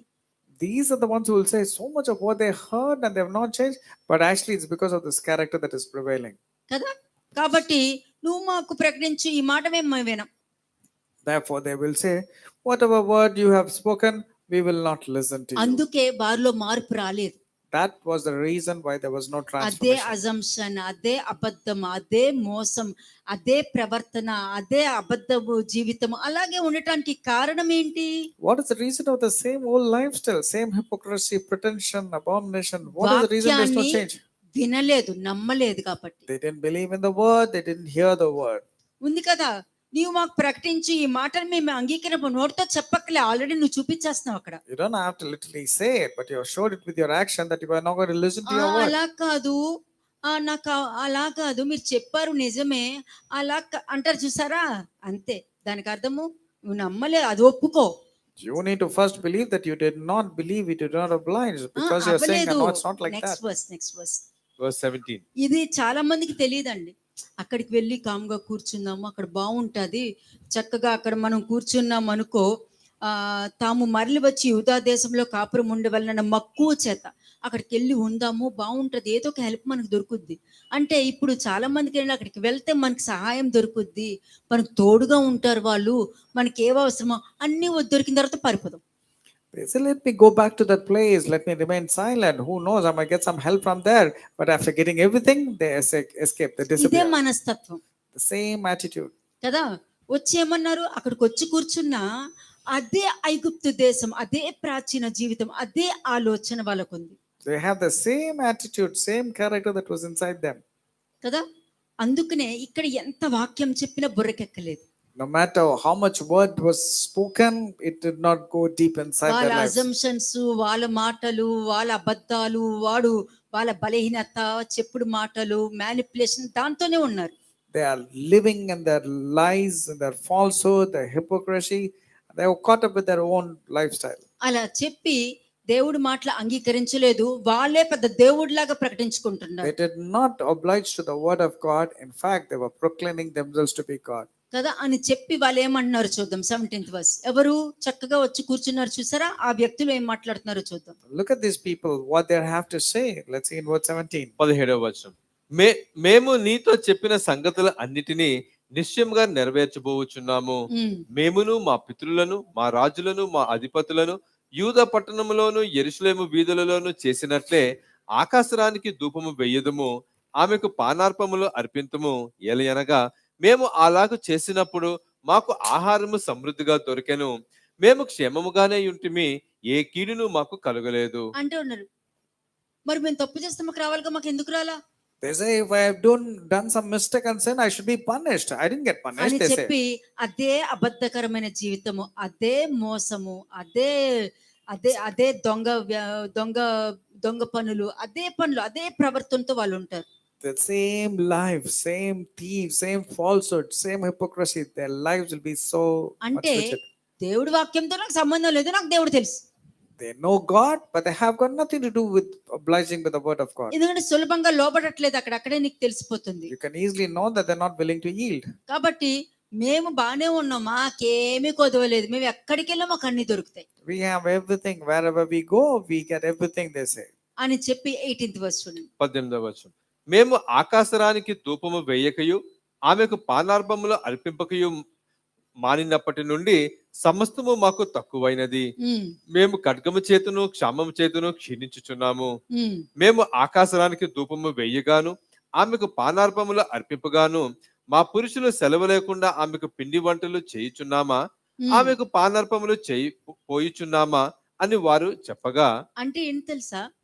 ఇప్పుడు చూడు, అందరూ అంటారు కదా, ఇప్పుడు చూడు ఇలా అనుకున్నానా జరిగింది చూడు, They say, అలా జరిగింది. వాళ్ళేమో ఒప్పుకోరు. చూసారు అలా జరిగాయో.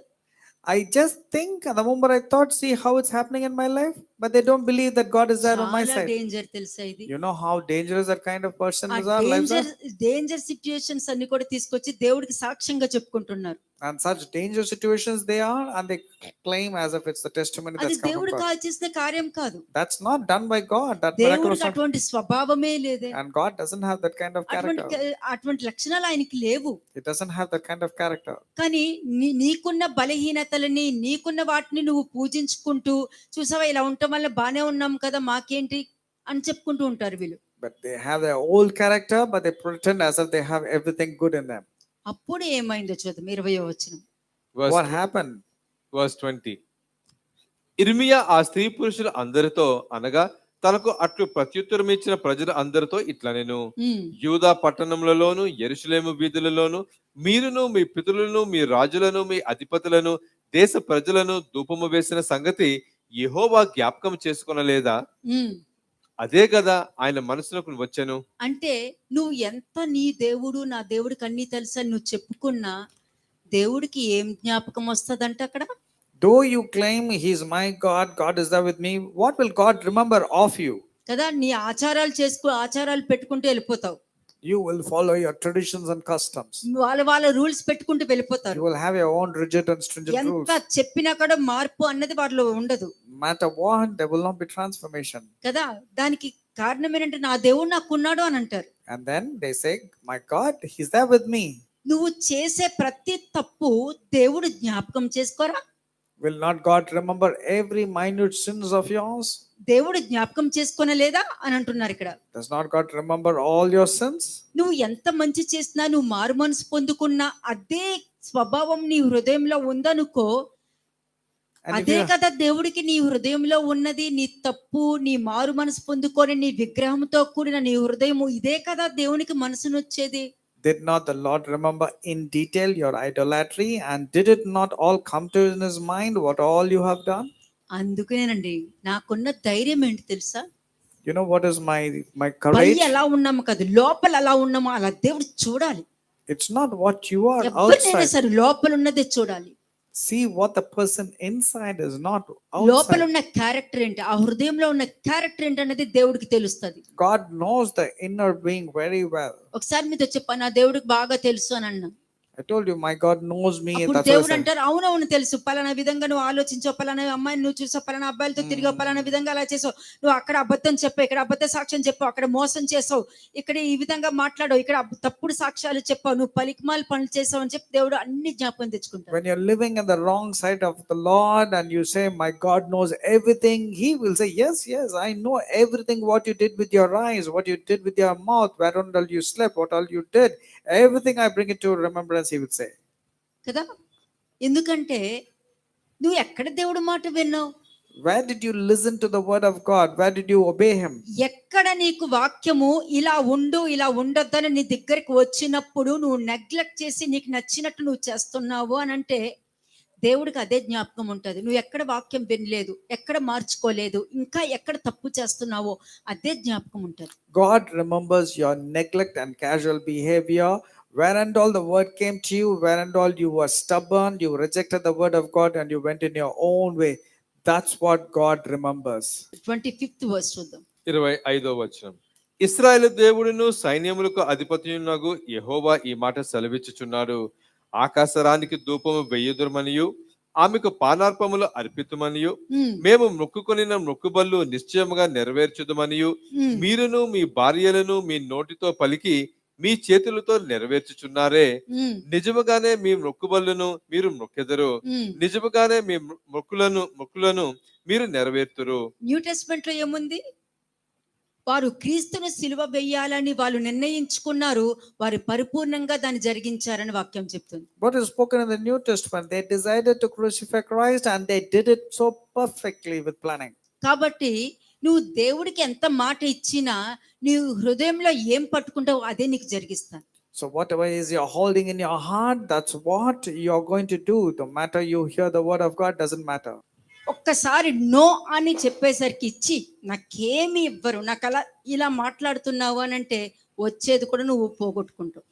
But when you say whatever I want, these people are always telling no means whatever is supposed to come, that also will be అంటే stopped. దానికి అర్థం ఏంటి? నీలో ఉన్న క్యారెక్టర్ని నువ్వు ప్రజెంట్ చేసుకుంటున్నావు, నువ్వు అనుకున్నది నువ్వు జరిగిచ్చేస్తున్నావు అక్కడ. You are presenting your character and whatever you want, you're accomplishing that. మళ్ళీ వీళ్ళు ఫ్యూచర్ లో ప్రవక్తలు అవుతారు తెలుసా? Do you know they become prophets in future? ఇప్పుడు చూడు నేను ఇల్లు అడుగుతాను వద్దంటారు చూడనంటే They'll say, see, I will go and tell them. They will say no to me. They will be like అక్కడ prophets. ఎలాగైనా ఆబ్వియస్లీ వద్దనే వస్తుంది. Obviously, the answer will be no. అంటే నీ చేత్తో రాయి తీసుకొని నీ మూతి ఎందుకు రాళ్ళు కొట్టుకుంటావు? Why are you taking the stone and dashing your own teeth? మళ్ళీ ఏమంటారు ప్రవక్తలు, చెప్పానా నేను చెప్పాను అలా జరిగింది చూడు, ఒకసారి మీ ఇంట్లోకి వెళ్ళి కూడా చూడనంటారు. And they will behave as if they are prophets. See, I told you. They will say no. This is what has happened. You go and test in your house. They will say no. అందుకని ఇక్కడ వాక్యం ఉంది, మీరు ఏమనుకున్నారో అది జరిగించగలుగుతారు. నిజముగానే మీ మొక్కు బల్లను మీ మొక్కుదురు, నిజముగానే మీ మొక్కులను మీరు నెరవేర్చుకుంటారు. నీకు ఏ బలహీనత ఉందో అది నెరవేర్చుకుంటానికే నువ్వు చూస్తావు, కానీ దేవుడు చెప్పింది నెరవేర్చడానికి ఎందుకు చూసుకుంటావు నువ్వు? చెప్పు, ఆలోచించు. Surely you want to confirm your vows because they are your weaknesses. Why do you want to listen to the word of God? In fact, you will not. Next 26. 26వ వచనం, verse 26. కాబట్టి ఐగుప్తులో నివసించు సమస్తమైన యూదావారులారా, యూదావారులారా, యెహోవా మాట వినుడి. ఉమ్, యెహోవా సెలవిచ్చినదేమనగా, ప్రభువగు యెహోవా అను నేను నా జీవము తోడు ప్రమాణము చేయుచు, ఐగుప్తులో నివసించు యూదులలో ఎవరను ఇక మీదట నా నామము నోట పలకరని నా ఘనమైన నామము తోడు నేను ప్రమాణము చేయుచున్నాను. ఉమ్, మేలు చేయుటకు కాక కీడు చేయుటకే నేను వారిని కనిపెట్టుచున్నాను. ఉమ్, వారు ఖడ్గము చేతనైనను క్షామము చేతనైనను క్షీణించిపోవచ్చు. ఐగుప్తు దేశంలోనున్న వారు యూదా వారు అందరూ శేషము లేకుండా చతురు. ఉమ్. ఖడ్గము తప్పించుకొని వారు కొద్ది మంది అయి ఐగుప్తు దేశంలో నుండి యూదా దేశముకు తిరిగి వచ్చెదరు. అప్పుడు ఐగుప్తు దేశంలో కాపురం ఉండుటకు వెళ్ళిన యూదా వారిలో శేషము ఎవరి మాట నిలకడగా ఉండునో, నాదో తమదో అది తెలుసుకొందురు. ఏముంది మళ్ళీ చదువుకుందాం. Verse 28. ఖడ్గము తప్పించుకొని వారు ఖడ్గము తప్పించుకొని వారు కొద్ది మంది అయి ఐగుప్తు దేశంలో నుండి యూదా దేశముకు తిరిగి వచ్చెదరు. వీళ్ళు మంచిగానే ఉంటారు. Yet a small number who escaped the sword will return from the land of Egypt to the Next. land of Judah.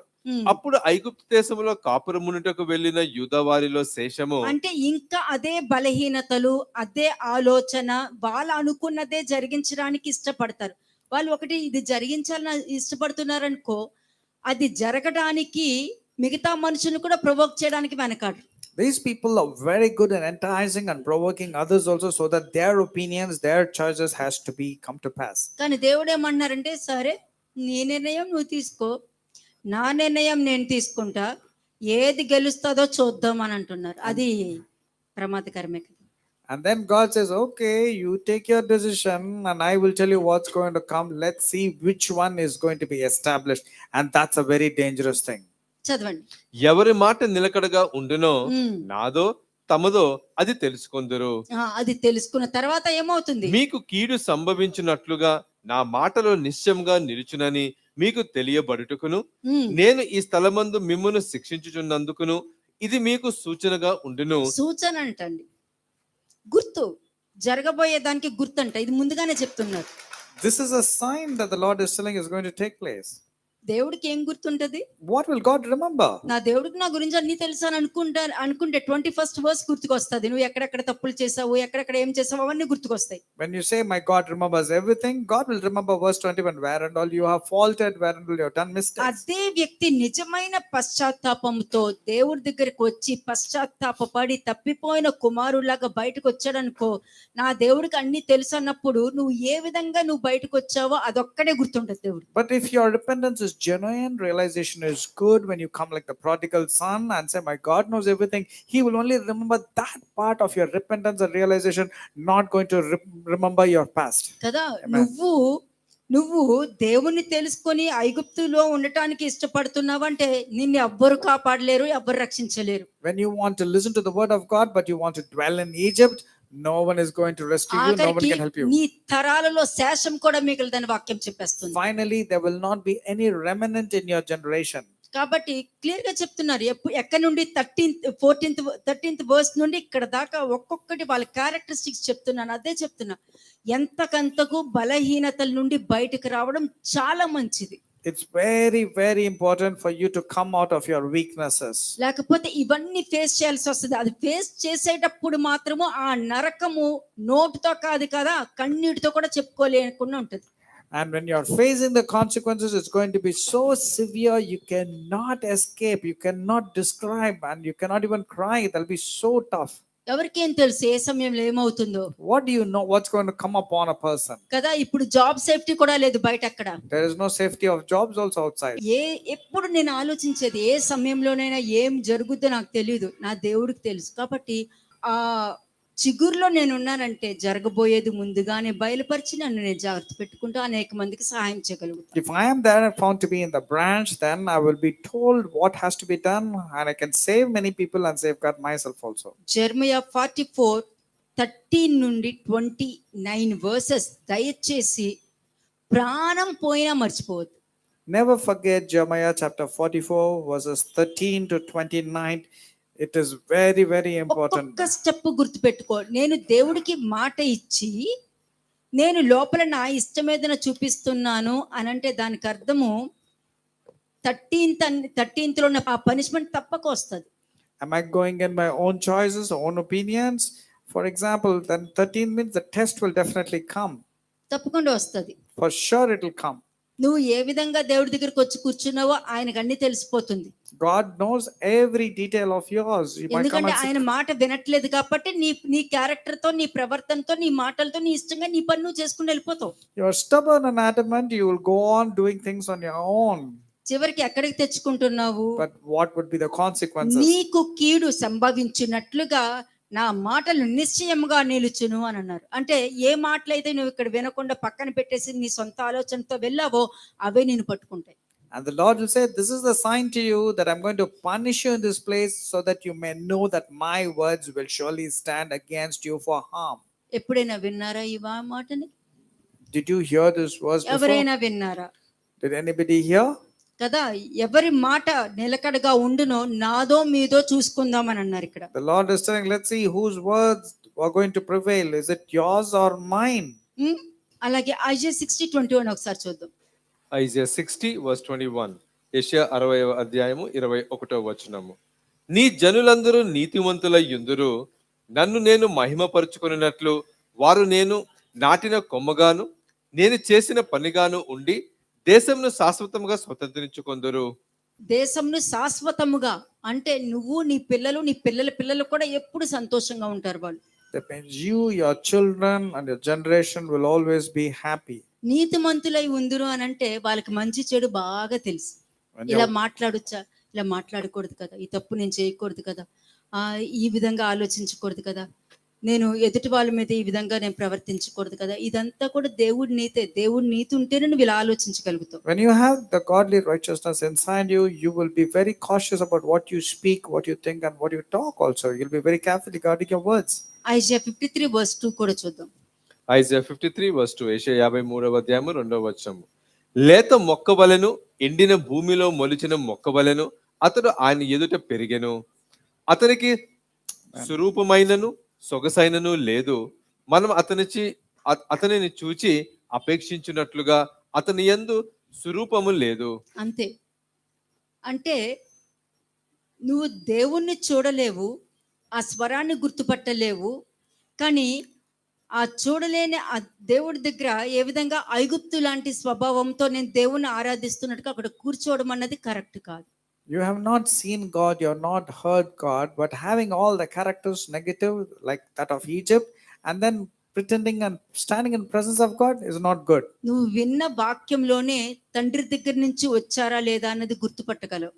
You can easily be known by the way you hear the word of God, whether it's come ఎందుకంటే from God or not. ఆయన ఎదుట పెరిగినప్పుడు వాక్యం అలాగే వస్తది. కానీ ఇలా ఉందేంటి వాక్యం అని అన్నారంటే మరి ఎక్కడి నుండి ఏ బురదలో నుంచి వచ్చేసారో నాకు తెలియదు. Since Jesus has come from God, his teachings also will be from what he saw from God.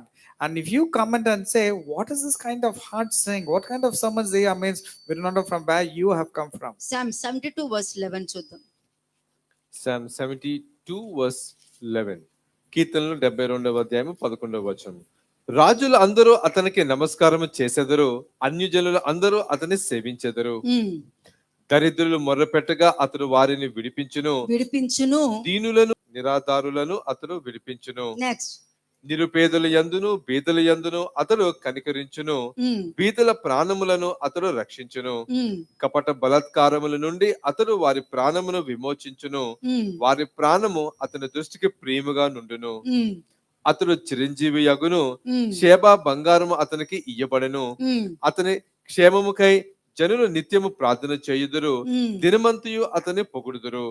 దేశములోను పర్వత శిఖరముల మీదను సస్య సమృద్ధి కలుగును, దాని పంట లెబనోను వృక్షము వలె తాండవమాడుచుండును. నేల మీద పచ్చిక వలె పట్టణస్థులు తేజరిల్లుదురు. అతని పేరు నిత్యము నిలుచును, అతని నామము సూర్యుడు ఉన్నంత కాలము చిగుర్చుచుండును. అతనిని బట్టి మనుషులు దీవింపబడుదురు. అన్ని జనులు అందరూ అతడు ధన్యుడని చెప్పుకొందురు. అంతే, శుభవచనము ఉన్న వాళ్ళు అదే చెప్తున్నాను కదా, కష్టం వచ్చినా బాధ వచ్చినా విడిపించే వాళ్ళు ఒకరు ఉన్నారని ఇక్కడ కనిపిస్తుంది మీకు. The people who are excellent and appealing in the sight of God, for sure, even if they face difficulties, they will not be worried because they know that also is going to be good for them. కానీ ఈ లోకంలో ఉన్నవారుగా మనం ఆలోచించక్కర్లా. But let us not be like the people of this world thinking. లోకము నుండి ఏర్పరచబడు వారిలాగా మనం ఆలోచిస్తే చాలు. If you think like the person separated from the world, consecrated to the truth, that is good. John 1:14 చూద్దాం. John chapter 1 verse 14. యోహాను సువార్త 1వ అధ్యాయము 14వ వచనం. ఆ వాక్యము శరీరధారి అయి కృపాసత్య సంపూర్ణుడుగా మన మధ్య నివసించెను. తండ్రి వల్ల కలిగిన అద్వితీయ కుమారుని మహిమ వలె మనము ఆయన మహిమను కనుగొంటిమి. ఎవరు? ఆ వాక్యము శరీరధారి అయి కృపా సత్య సంపూర్ణుడిగా మన మధ్య నివసించెను. తండ్రి వలన కలిగిన అద్వితీయ కుమారుని మహిమ వలె మనము ఆయన మహిమను కనుగొంటిని. ఒక్క వాక్యం ద్వారానే మీరు కనిపెట్టగలుగుతారు. Only through the word of God you can recognize the glory of the Lord. 7 ఆత్మలు ఉంటే ఆ ఆత్మలు దేవుని యొక్క ఆత్మ డ్రాగ్ చేసుకుంటూ వచ్చి మరి కూర్చోపెట్టి వాక్యాన్ని అర్థమయ్యేటట్టు చేస్తుంది. And only a person having the 7 spirits of the Lord, he'll drag you and ensure that you will start listening and abiding in him. అందుకే వాక్యం ఏం చెప్తుందంటే 2 Peter 1:16-19 ఒకసారి చూద్దాం. 2 Peter chapter 1 verses 16-19. 2 పేతురు 1వ అధ్యాయము 16 నుంచి 19 వచనములు.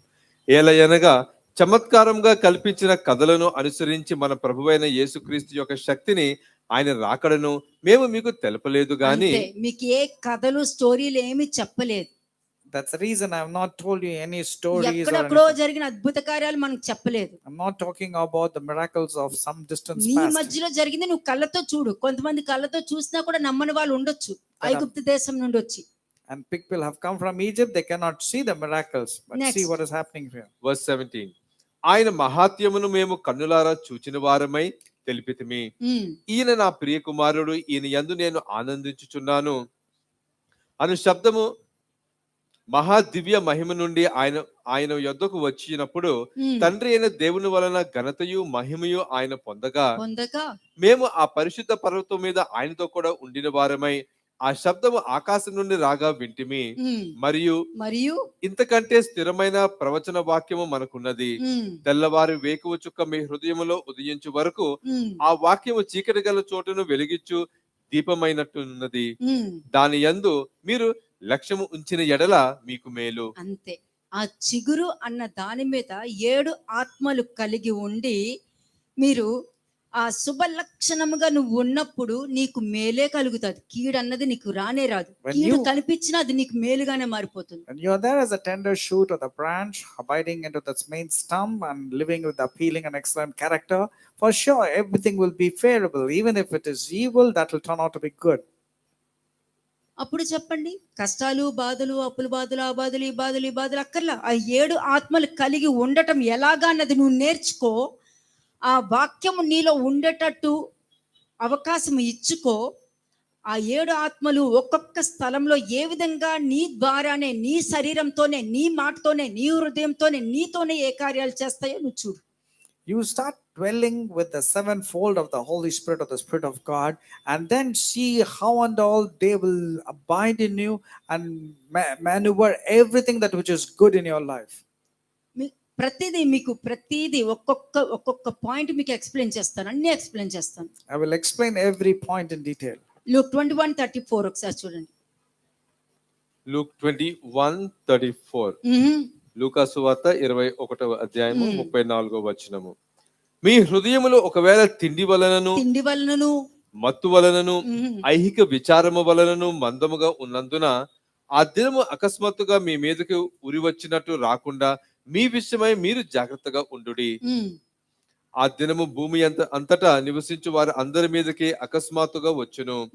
కాబట్టి మీరు జరగబోవు వీటి నెలను తప్పించుకొని మనిషి కుమారుని ఎదుట నిలవబడుటకు శక్తి గల వారు అగునట్లు ఎల్లప్పుడూ ప్రార్థన చేయుచు మెలకువగా ఉండుడని చెప్పాను. అంటే ఎవరికి పడితే వాళ్ళు యేసుక్రీస్తు ప్రభు నాకు కనిపించారు, నాకు దర్శనంతో మాట్లాడారు, ఆయన నాకేం చెప్పారంటే పరిశుద్ధ అని అంటున్నారు. ఇక్కడ ఏంటి, యేసుక్రీస్తు ఎదుట, మనుష్య కుమారుని ఎదుట నిలవబడుటకు శక్తి గల వారు, అంటే శక్తి కలిగి ఉండాలని చెప్తుంది ఇక్కడ వాక్యం. Many people are saying, I saw Jesus Christ, he came and spoke to me and he told me like this. But here is saying, when he comes on suddenly, it's going to be, you should be strong at that moment. అంటే ప్రార్థన అంటే ఇందాక మీకు చెప్పా, ఆ 7 ఆత్మలు మీ పక్షమున ప్రార్థన చేస్తూ ఉంటాయి. I'm talking about the prayer. When you have the 7 spirits and Lord inside you, sevenfold, then they will intercede on your behalf. అంతే. ఇప్పుడు పలానా ప్లేస్ ను వెళ్తున్నావు, okay, They're going to a certain place. కుమారుని యొక్క యేసు యొక్క ఆత్మ అక్కడికి వెళ్ళడానికి నేను వెళ్ళనివ్వలేదు. The Spirit of Jesus will forbid you to go to the place. నువ్వు సులభంగా లోబడతావు కాబట్టి అక్కడికి వెళ్ళట్లేదంటే అయిపోతా అని అన్నాలే కానీ ఎలాగైనా వెళ్ళిపోతాను అని చెప్పి డబ్బులు అప్పు చేసైనా కొంతమంది వెళ్ళిపోతుంటారు. Many people are so adamant, stubborn. They say, no matter what, I'm going to go to that place. They will take money for loans and వెళ్ళి అక్కడ అన్ని పోగొట్టుకుంటారు. and thereby lose everything for the అప్పుడు అడిగామనుకో ఏం చెప్తారు? And when you ask them, what will they ఎదుటి వాళ్ళ say? మీద నిందేస్తారు. They will immediately start blaming on others. లేకపోతే అక్కడికి వెళ్ళక మంచి జరుగుద్ది అనుకున్నాను, ఇలా జరుగుద్దని నేను అనుకున్నాను ఏంటంటే డైలాగ్స్ వాడతారు. Or they will say, I never thought that evil will come upon me. I thought that everything will be good. సులభంగా లోబడలేదు. They actually did not yield. కఠినమైన మనస్తత్వము అనే ఐగుప్తు యొక్క స్వభావం వారిలో ఉంది. They have that stubborn, rebellious Egypt-like character inside them. అంటే వాళ్ళు మెలకువగా లేరు, కళ్ళు మూసుకుని ఉన్నారు వాళ్ళు. They are not awake. They are sluggish and they were sleeping. కదా, ఇక్కడ మెలకువగా ఉండి ప్రార్థన చేయడంటే అక్కడికి వద్దు అన్నప్పుడు నువ్వు ఆగిపోతున్నావు అని అంటే ఏంటి, యేసు యొక్క ఆత్మ ప్రార్థన చేసింది అంటే ఆ ప్రార్థనకు నువ్వు లోపడ్డావు, ఆ ప్రార్థన వెళ్తుంది అక్కడికి. When you're alert, the Spirit of Jesus will intercede on your behalf and you are submitting yourself willingly to the instruction when it said no. నామరా 33 చూడండి. 33వ వచనం. ఆకాశమును భూమియు గతించును గాని నా మాటలు ఏ మాత్రమును గతింపవు. అంతే. Amen. ఏ మాత్రము ప్రార్థన అంటే ఈ 7 దేవుని ఆత్మ కార్యములు నీలో ఉంటే నువ్వు వీటి విషయమే ప్రార్థన, వాటికి అవే నీ పక్షమున ప్రార్థన చేస్తూ ఉంటారు. When you have the sevenfold Spirit of the Lord inside you, you don't have to literally pray because the Spirit of the Lord will pray on your behalf. What is the will of the Lord? అసలు ఇప్పుడు ఏం జరుగుతుంది తెలుసా? You know what is happening? Matthew 24:22 ఒకసారి చూడండి. Matthew 24:22, మత్తయి సువార్త 24వ అధ్యాయము 22వ వచనము. ఆ దినములు తక్కువ చేయబడకపోయిన ఎడల ఏ శరీరయు తప్పించుకొనడు, ఏర్పరచబడిన వారు నిమిత్తము ఆ దినములు తక్కువ చేయబడును. అంతే. ఏర్పరచబడిన వారు ఉన్నారు, మార్చుకోవడానికి ఇష్టపడుతున్నారు, వాళ్ళ కోసం ఆ దినాలు తక్కువ చేయబడ్డాయి. అది తక్కువ చేయబడలేదు అని అంటే చాలా భయంకరంగా ఉంటుంది, తట్టుకోలేం, అంత భయంకరమైన శ్రమలు అవి. There are still people who are willing to change and to be saved. For those sake, the tribulation period will be shortened. కదా, అది దాన్నే కృప అంటారు. That is grace. ఆ తక్కువ చేయబడిన దినాలు నువ్వు ఒక రోజు వెళ్ళినా అది మళ్ళీ తక్కువ చేయబడుతుంది. Even if you don't go, if you lose one day, it is still reduced. కాబట్టి సమయం ఉన్నప్పుడే సమయాన్ని సద్వినియోగం చేసుకోవాలి. అంతేగాని నాకు ఖాళీ లేదండి, అప్పుడు ఓకే, వేస్ట్ చేసుకో, నీకు ఇచ్చిన సమయాన్ని వేస్ట్ చేసుకో. Therefore, the days are evil. Redeem the time while it is still day. Don't give an excuse to think I was busy, I could not come over there. జకర్యా 9:17 ఒకసారి చూద్దాం. జకర్యా 9:17, జకర్యా 9వ అధ్యాయము 17వ వచనము. వారు ఎంతో క్షేమముగా ఉన్నారు, ఉమ్, ఎంతో సొగసుగా ఉన్నారు. ఉమ్. ధాన్యము చేత యవ్వనులను, క్రొత్త ద్రాక్షారసము చేత యవ్వన స్త్రీలను వృద్ధి నొందుదురు. యూత్ పిల్లలు అంటున్నారా? వాక్యం ఏముంది అక్కడ? What is the- దేవుడు యూత్ యవ్వనస్తుల కోసం ఇచ్చిన వాగ్దానం అది. అంటే మీరు సులభంగా లోబడుతున్నారు అని అంటే అది మీకు ఇచ్చే ఆశీర్వాదం. మీరు అభివృద్ధి పొంది మంచి స్థాయికి వెళ్ళి సమస్తము పొందుకొని గొప్ప జ్ఞానంతో వివేకంతో మీరు మీ పిల్లలు ఆశీర్వదించబడతారు. గొప్ప సాక్ష్యంగా నిలబడతారు. This verse is exclusively for the youth and for the others, but exclusively for the youth. When you are submissive to the word of God, submit to the instructions of God, you, your family, your generation, and whatever you do will be blessed. 16th verse చూడండి. 16వ వచనం. నా జనులు యెహోవా దేశములో కిరీటి మందలి రత్నము వలె నున్నారు గనుక. అది నా జనులు యెహోవా దేశంలో కిరీట మందలి రత్నముల వలె ఉన్నారు కనుక కాపరి తన మందను రక్షించినట్లు వారి దేవుడైన యెహోవా ఆ దినమున వారిని రక్షించాడు. Amen. And the Lord their God shall save them on that day as the flock of his people. Youth For they are పిల్లలు like- రక్షించబడవలసిందే. The youth have to be saved చాలా, ఎందుకంటే యూత్ వాళ్ళకే చాలా ప్రమాదకరమైన దినాలు ఇప్పుడు. because it's only for the youth. It's going to be so much of A temptations and చిన్న trials. తేడా వచ్చినా నువ్వు తీసుకున్న ఒక్క నిర్ణయము సర్వనాశనంలో తీసుకెళ్లిపోతుంది. One small mistake, one small decision of yours can destroy your entire life. ఈ 16-17 అన్నది ఏంటంటే కరెక్ట్ సమయంలో మీకు ఏదైనా ఇబ్బందులు కలిగే సమయంలో మీకు ఈ వాక్యం మిమ్మల్ని కాపాడుకుంటూ రక్షించుకుంటూ తీసుకొస్తుంది. This is the word which is going to save you and protect you, ఎందుకంటే మీరు ఎప్పుడు క్షేమంగానే ఉంటారు. because you will always be divinely protected. చిన్న పిల్లలైనా సరే కదా, అంటే వారు ఎంతో క్షేమంగా ఉంటారు, ఎంతో సొగసుగా ఉంటారు. ధాన్యం చేత యవ్వనులు, క్రొత్త ద్రాక్షరసం చేత యవ్వన స్త్రీలు అభివృద్ధి పొందుతారు. And they will be so successful in whatever they do. కాబట్టి వాక్యానికి మనము జయం ఇద్దాము. ఎహెజ్కేల్ 7:15 ఒకసారి చూద్దాం. ఎజెకియల్ 7:15, ఎహెజ్కేలు 7వ అధ్యాయము 15వ వచనం. బయట ఖడ్గమునున్నది, లోపట తెగులును క్షామమును ఉన్నవి. బయటనున్న వారు ఖడ్గము చేత చతురు, పట్టణములోనున్న వారిని క్షామమును తెగులును మృంగును. వారిలో ఎవరైనను తప్పించుకుని ఎడల వారు అందరూ లోయలోని గువ్వల వలె పర్వతముల మీద నుండి తమ దోషములను బట్టి మూల్గిలిడుతురు. అందరి చేతులు సత్తువ తప్పును, అందరి మోకాళ్ళు నీళ్ల వలె తత్తరిల్లును. వారు గోనె పట్ట కట్టు కొందరు, వారికి ఘోరమైన భయము తగులును. అందరూ సిగ్గుపడుదురు, అందరి తలలు బోడియగును. తమ వెండిని వీధులలో పారవేయుదురు, తమ బంగారమును నిషిద్ధమని ఎంచుదురు. యెహోవా ఉగ్రత దినమందు వారి వెండియే గాని బంగారమే గాని వారిని తప్పించజాలదు. నీ బలహీనత గాని, నీ సొంత ఆలోచన గాని, నీ సొంత నిర్ణయం గాని నువ్వు పాడైపోయే సమయంలో ఎవ్వరు నీకు సహాయం చేయడానికి రారు అని చెప్తున్నారు ఇక్కడ. No one is going to come to your rescue because of your assumptions, expectations, and wrong behavior. మీరు ఏదైతే రాంగ్ తో మీరు ఫోన్స్ లో చూస్తున్నా, ఎక్కడెక్కడ సైట్ లో చూస్తున్నా, ఏమేమి చూస్తున్నారో అవన్నీ కూడా assumption. Whatever sites you're visiting, whatever apps, hidden apps, whatever things you're doing, they are going to only నీ drown you. కంటికి లైట్ గా ఉంటుందేమో, అది చీకటి. But you might be thinking it's very appealing, very good looking, but it's dark. జాగ్రత్త కలిగి ఉండాలి. Be careful of what you're doing. ఎప్పటికైనా నీ సొంత ఆలోచన, నీ సొంత వాళ్ళు చెప్పిన మాటలు కాదు, దేవుడి వాక్యం ఏం చెప్తుంది అది మంచిగా చేయడానికి గుర్తించుకునేది నీ చేతిలో ఉంది. It's all upon you what decisions you take. Therefore, be careful about your opinions and your ఎందుకంటే desires. మాట వినట్లేదు అని అంటే దానికి అర్థము అది వారి దోషక్రియలు విడవకుండా అభ్యంతరమాయను కనుక దాని వలన వారు తమ ఆకలి తీర్చుకొన జాలలేకపోదురు, తమ ఉదరమును పోషించుకొనలేకపోదురు అని వాక్యం చెప్తుంది. The word of God says they cannot fulfill anything. Nothing will be 19th good. verse. Verse 19. Verse 19, they will fling their silver into the streets and their gold will be discarded like something unclean. ఎవ్వరు ఆఖరికి ఎక్కడ They will- మిగిలిపోతారో తెలుసా? ఎక్కడ మిగులుతారో తెలుసా? అయ్యో పాపం వాళ్ళు కష్టాలు పడుతున్నారు, మాట వినకుండా వెళ్ళిపోయి మోసపోయారు పాపం, ఇప్పుడు ఏమో ఇట్లాగా అయిపోయింది, వాడు ఎంతో నమ్మకంగా వెళ్ళింది, ఇప్పుడు ఇలాగే, ఈ విధంగా మిగిలిపోకూడదు. You should not be brought in as a laughing stock to the world where people అలా look at ఉండొద్దు, you. నువ్వు అలా ఉండొద్దు, వాళ్ళని చూసి నేర్చుకో అని అనాలి.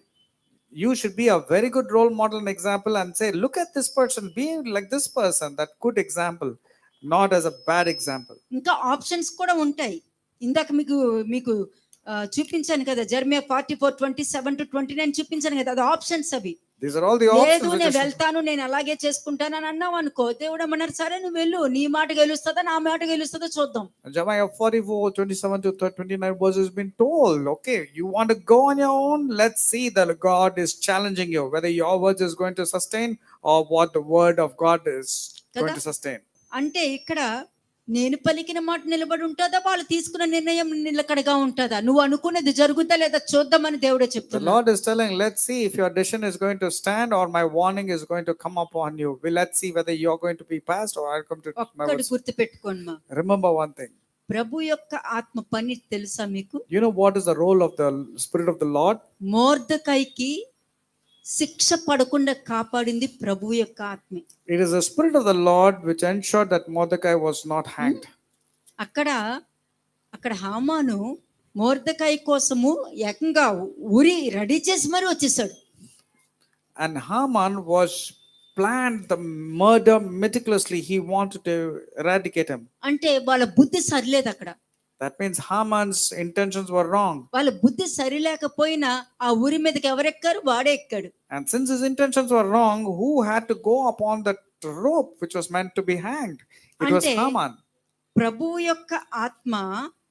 యొక్క ఆత్మ నీకు శిక్ష పడకుండా కాపాడి తీసుకొస్తే, పరిశుద్ధాత్మ వాడు చేసిన దానికి వాడినే తీసుకెళ్ళి ఎక్కించారు ఆ ఉరి శిక్ష మీద. While the Spirit of the Lord has helped Mordecai, the Holy Spirit ensured that Haman was to be hanged with the same plan he had. అలాగే పౌలును కూడా అదే విధంగా రక్షించడం జరిగింది. Paul also was saved likewise. యోహాను, పేతురు వీళ్ళందరినీ కూడా అదే విధంగా రక్షించి తీసుకురావడం జరిగింది. John and others also were saved. ఏమన్నా యాక్ట్స్ 5:29 అది మీరు చూసారు కదా, ఒకసారి చూడండి. యాక్ట్స్ 5:29 ఒకసారి Do you చూడండి. remember Acts chapter 5 verse 29? అపోస్తల కార్యములు 5వ అధ్యాయము 29వ వచనం. Acts 5. అంటే మీరు ఏ ప్రాబ్లంలోనే ఉండనియండి, దాని నుండి బయటికి తీసుకొచ్చేదే ప్రభు యొక్క ఆత్మ. దానికోసం ఎంతమంది నేను పంపిస్తారు. God will send the Spirit of the Lord and to anybody so that you will be rescued. అందుకు పేతురును అపోస్తులను మనుషులకు కాదు దేవునికే మేము లోబడవలెను గదా.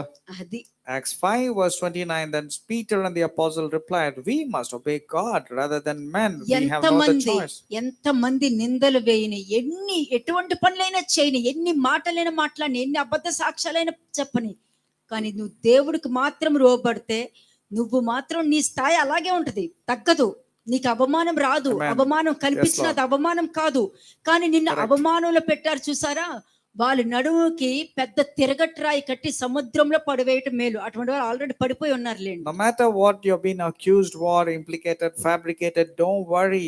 Put your full strength upon your obedience towards God. But the people who are detractors and people who are maligned you, falsely implicated you, it would be good that if a millstone would have put to their neck and thrown into the sea. By now it's already started. It's taking place in their lives. అందుకే చెప్తున్నారు, ఈ మనుషుల విషయమే జాగ్రత్తగా ఉండు అని. That's the reason it was told, be careful of those people so that you don't finding అంతకు ముందు fighting with దోదాను God. ఒకడు ఉన్నాడు, వాడు అనేక మందిని చెడగొట్టాడు, వాడి మాట వలన మిగతా వాడిని నమ్మిన వాళ్ళందరూ పోయారు. And then Gamaliel was telling there was a person called Judas. He did it and all his followers came to nothing. కదా. దాని తర్వాత గలిలయుడైన యోధా అని వాడు ఇంకొకడు వచ్చాడు, వాడు కూడా అలాగే ప్రేరేపించి కొంతమందిని ప్రేరేపించారు, వాడితో పాటు వాళ్ళు పోయారు. Then after some time Theudas came up, brought around 400 men, but all were killed and they were scattered. కాబట్టి నేను మీతో చెప్పినది ఏమనగా ఈ మనుషుల జోలికి వెళ్ళక వారిని విడిచిపెట్టే. Therefore, Acts chapter 5, verse 38 and 39, it says, be careful that you don't be in fighting against God. Leave these people అక్కడ aside. పేతురేమి యుద్ధం చేయలే. ఎవరు యుద్ధం చేశారు? Peter did not fight. Who fought on Peter's Prabhu behalf? యొక్క ఆత్మ నీ కోసం మనుషుల్ని పంపుతారు అక్కడ The Lord's Spirit will send people to protect you. కదా. కానీ దీనికి ఇది వాక్యం వచ్చాక కూడా నీ ఇష్టంగా నువ్వు వెళ్ళావంటే ఇంక మరణమే. And despite so much of warning has been given, if you're adamant, stick on to your fleshy ways, it is a death-like situation. ఇంకొక చూపిస్తా. జెర్మియా 44 ఒకసారి 29 చూడండి. 44:29 ఇంకొకసారి చూడండి. Let's read Jeremiah జాగ్రత్తగా chapter చూడండి. 44, verse 29 once again. I want every one of you to open your Bibles or hear carefully.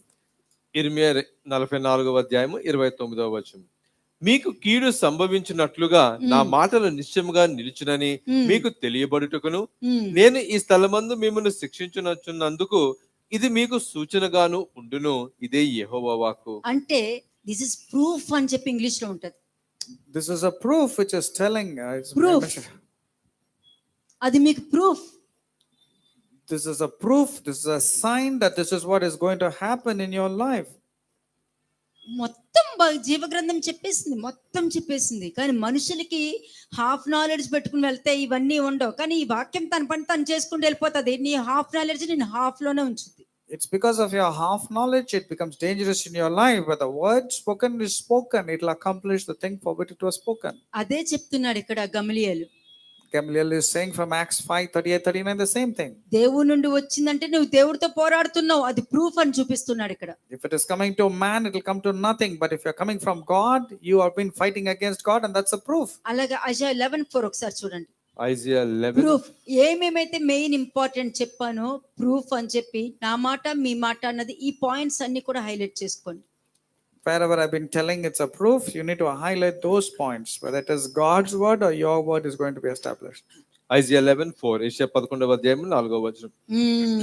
కంటి చూపును బట్టి అతడు తీర్పు తీర్చడు, తాను వినును దానిని బట్టి విమర్శ చేయడు, నీతిని బట్టి బీదలకు తీర్పు తీర్చును, భూనివాసులలో దీనులైన వారికి యథార్థంగా విమర్శ చెయ్యును, తన వాగ్దండము చేత లోకమును కొట్టును, తన పెదవుల ఊపిరి చేత దుష్టులను చంపును. ఇవన్నీ నువ్వు చేయగలుగుతావు. ఎందుకంటే 7 ఆత్మలు నీలో ఉన్నప్పుడు తండ్రే నీలో ఉంటారు. వారు ముగ్గురు వచ్చి మీలో నివాసం చేస్తారు అని అంటే నువ్వు ఏం పలికినా జరుగుద్ది అక్కడ. What was mentioned in Isaiah 11:4, even you can bring it to pass, because God the Father, the Son, and the Holy Spirit and the sevenfold Spirit will be dwelling in you, and you can easily కొంతమంది accomplish. యవ్వనస్తులు అక్కడ ఎలీషాని బట్టతల అని హేళన చేసి మాట్లాడుతున్నప్పుడు ఏమన్నాడు? వెంటనే ఒక మాట పలికేసరికి ఎలుగుబంటి వచ్చి వాళ్ళని చంపేసింది. And there were youth who were mocking at the baldness of Elisha. What happened? The bears came and hauled them alive. మనము పై అపిరెన్స్ చూసి ఎన్నైనా మాట్లాడేసుకోవచ్చు. వాళ్ళ లోపల ఉన్నది ఎవరు అన్నది గ్రహించలేరు. You look at the external appearance, you might mock, but you do not know what kind of mannerism of the spirit they have. కాబట్టి careful గా ఉండాలి. Therefore, be careful. ఐజాయా 10:20 చూడండి ఒకసారి. ఐజియా 10:20 యెషయా 10వ అధ్యాయము 20వ వచనము.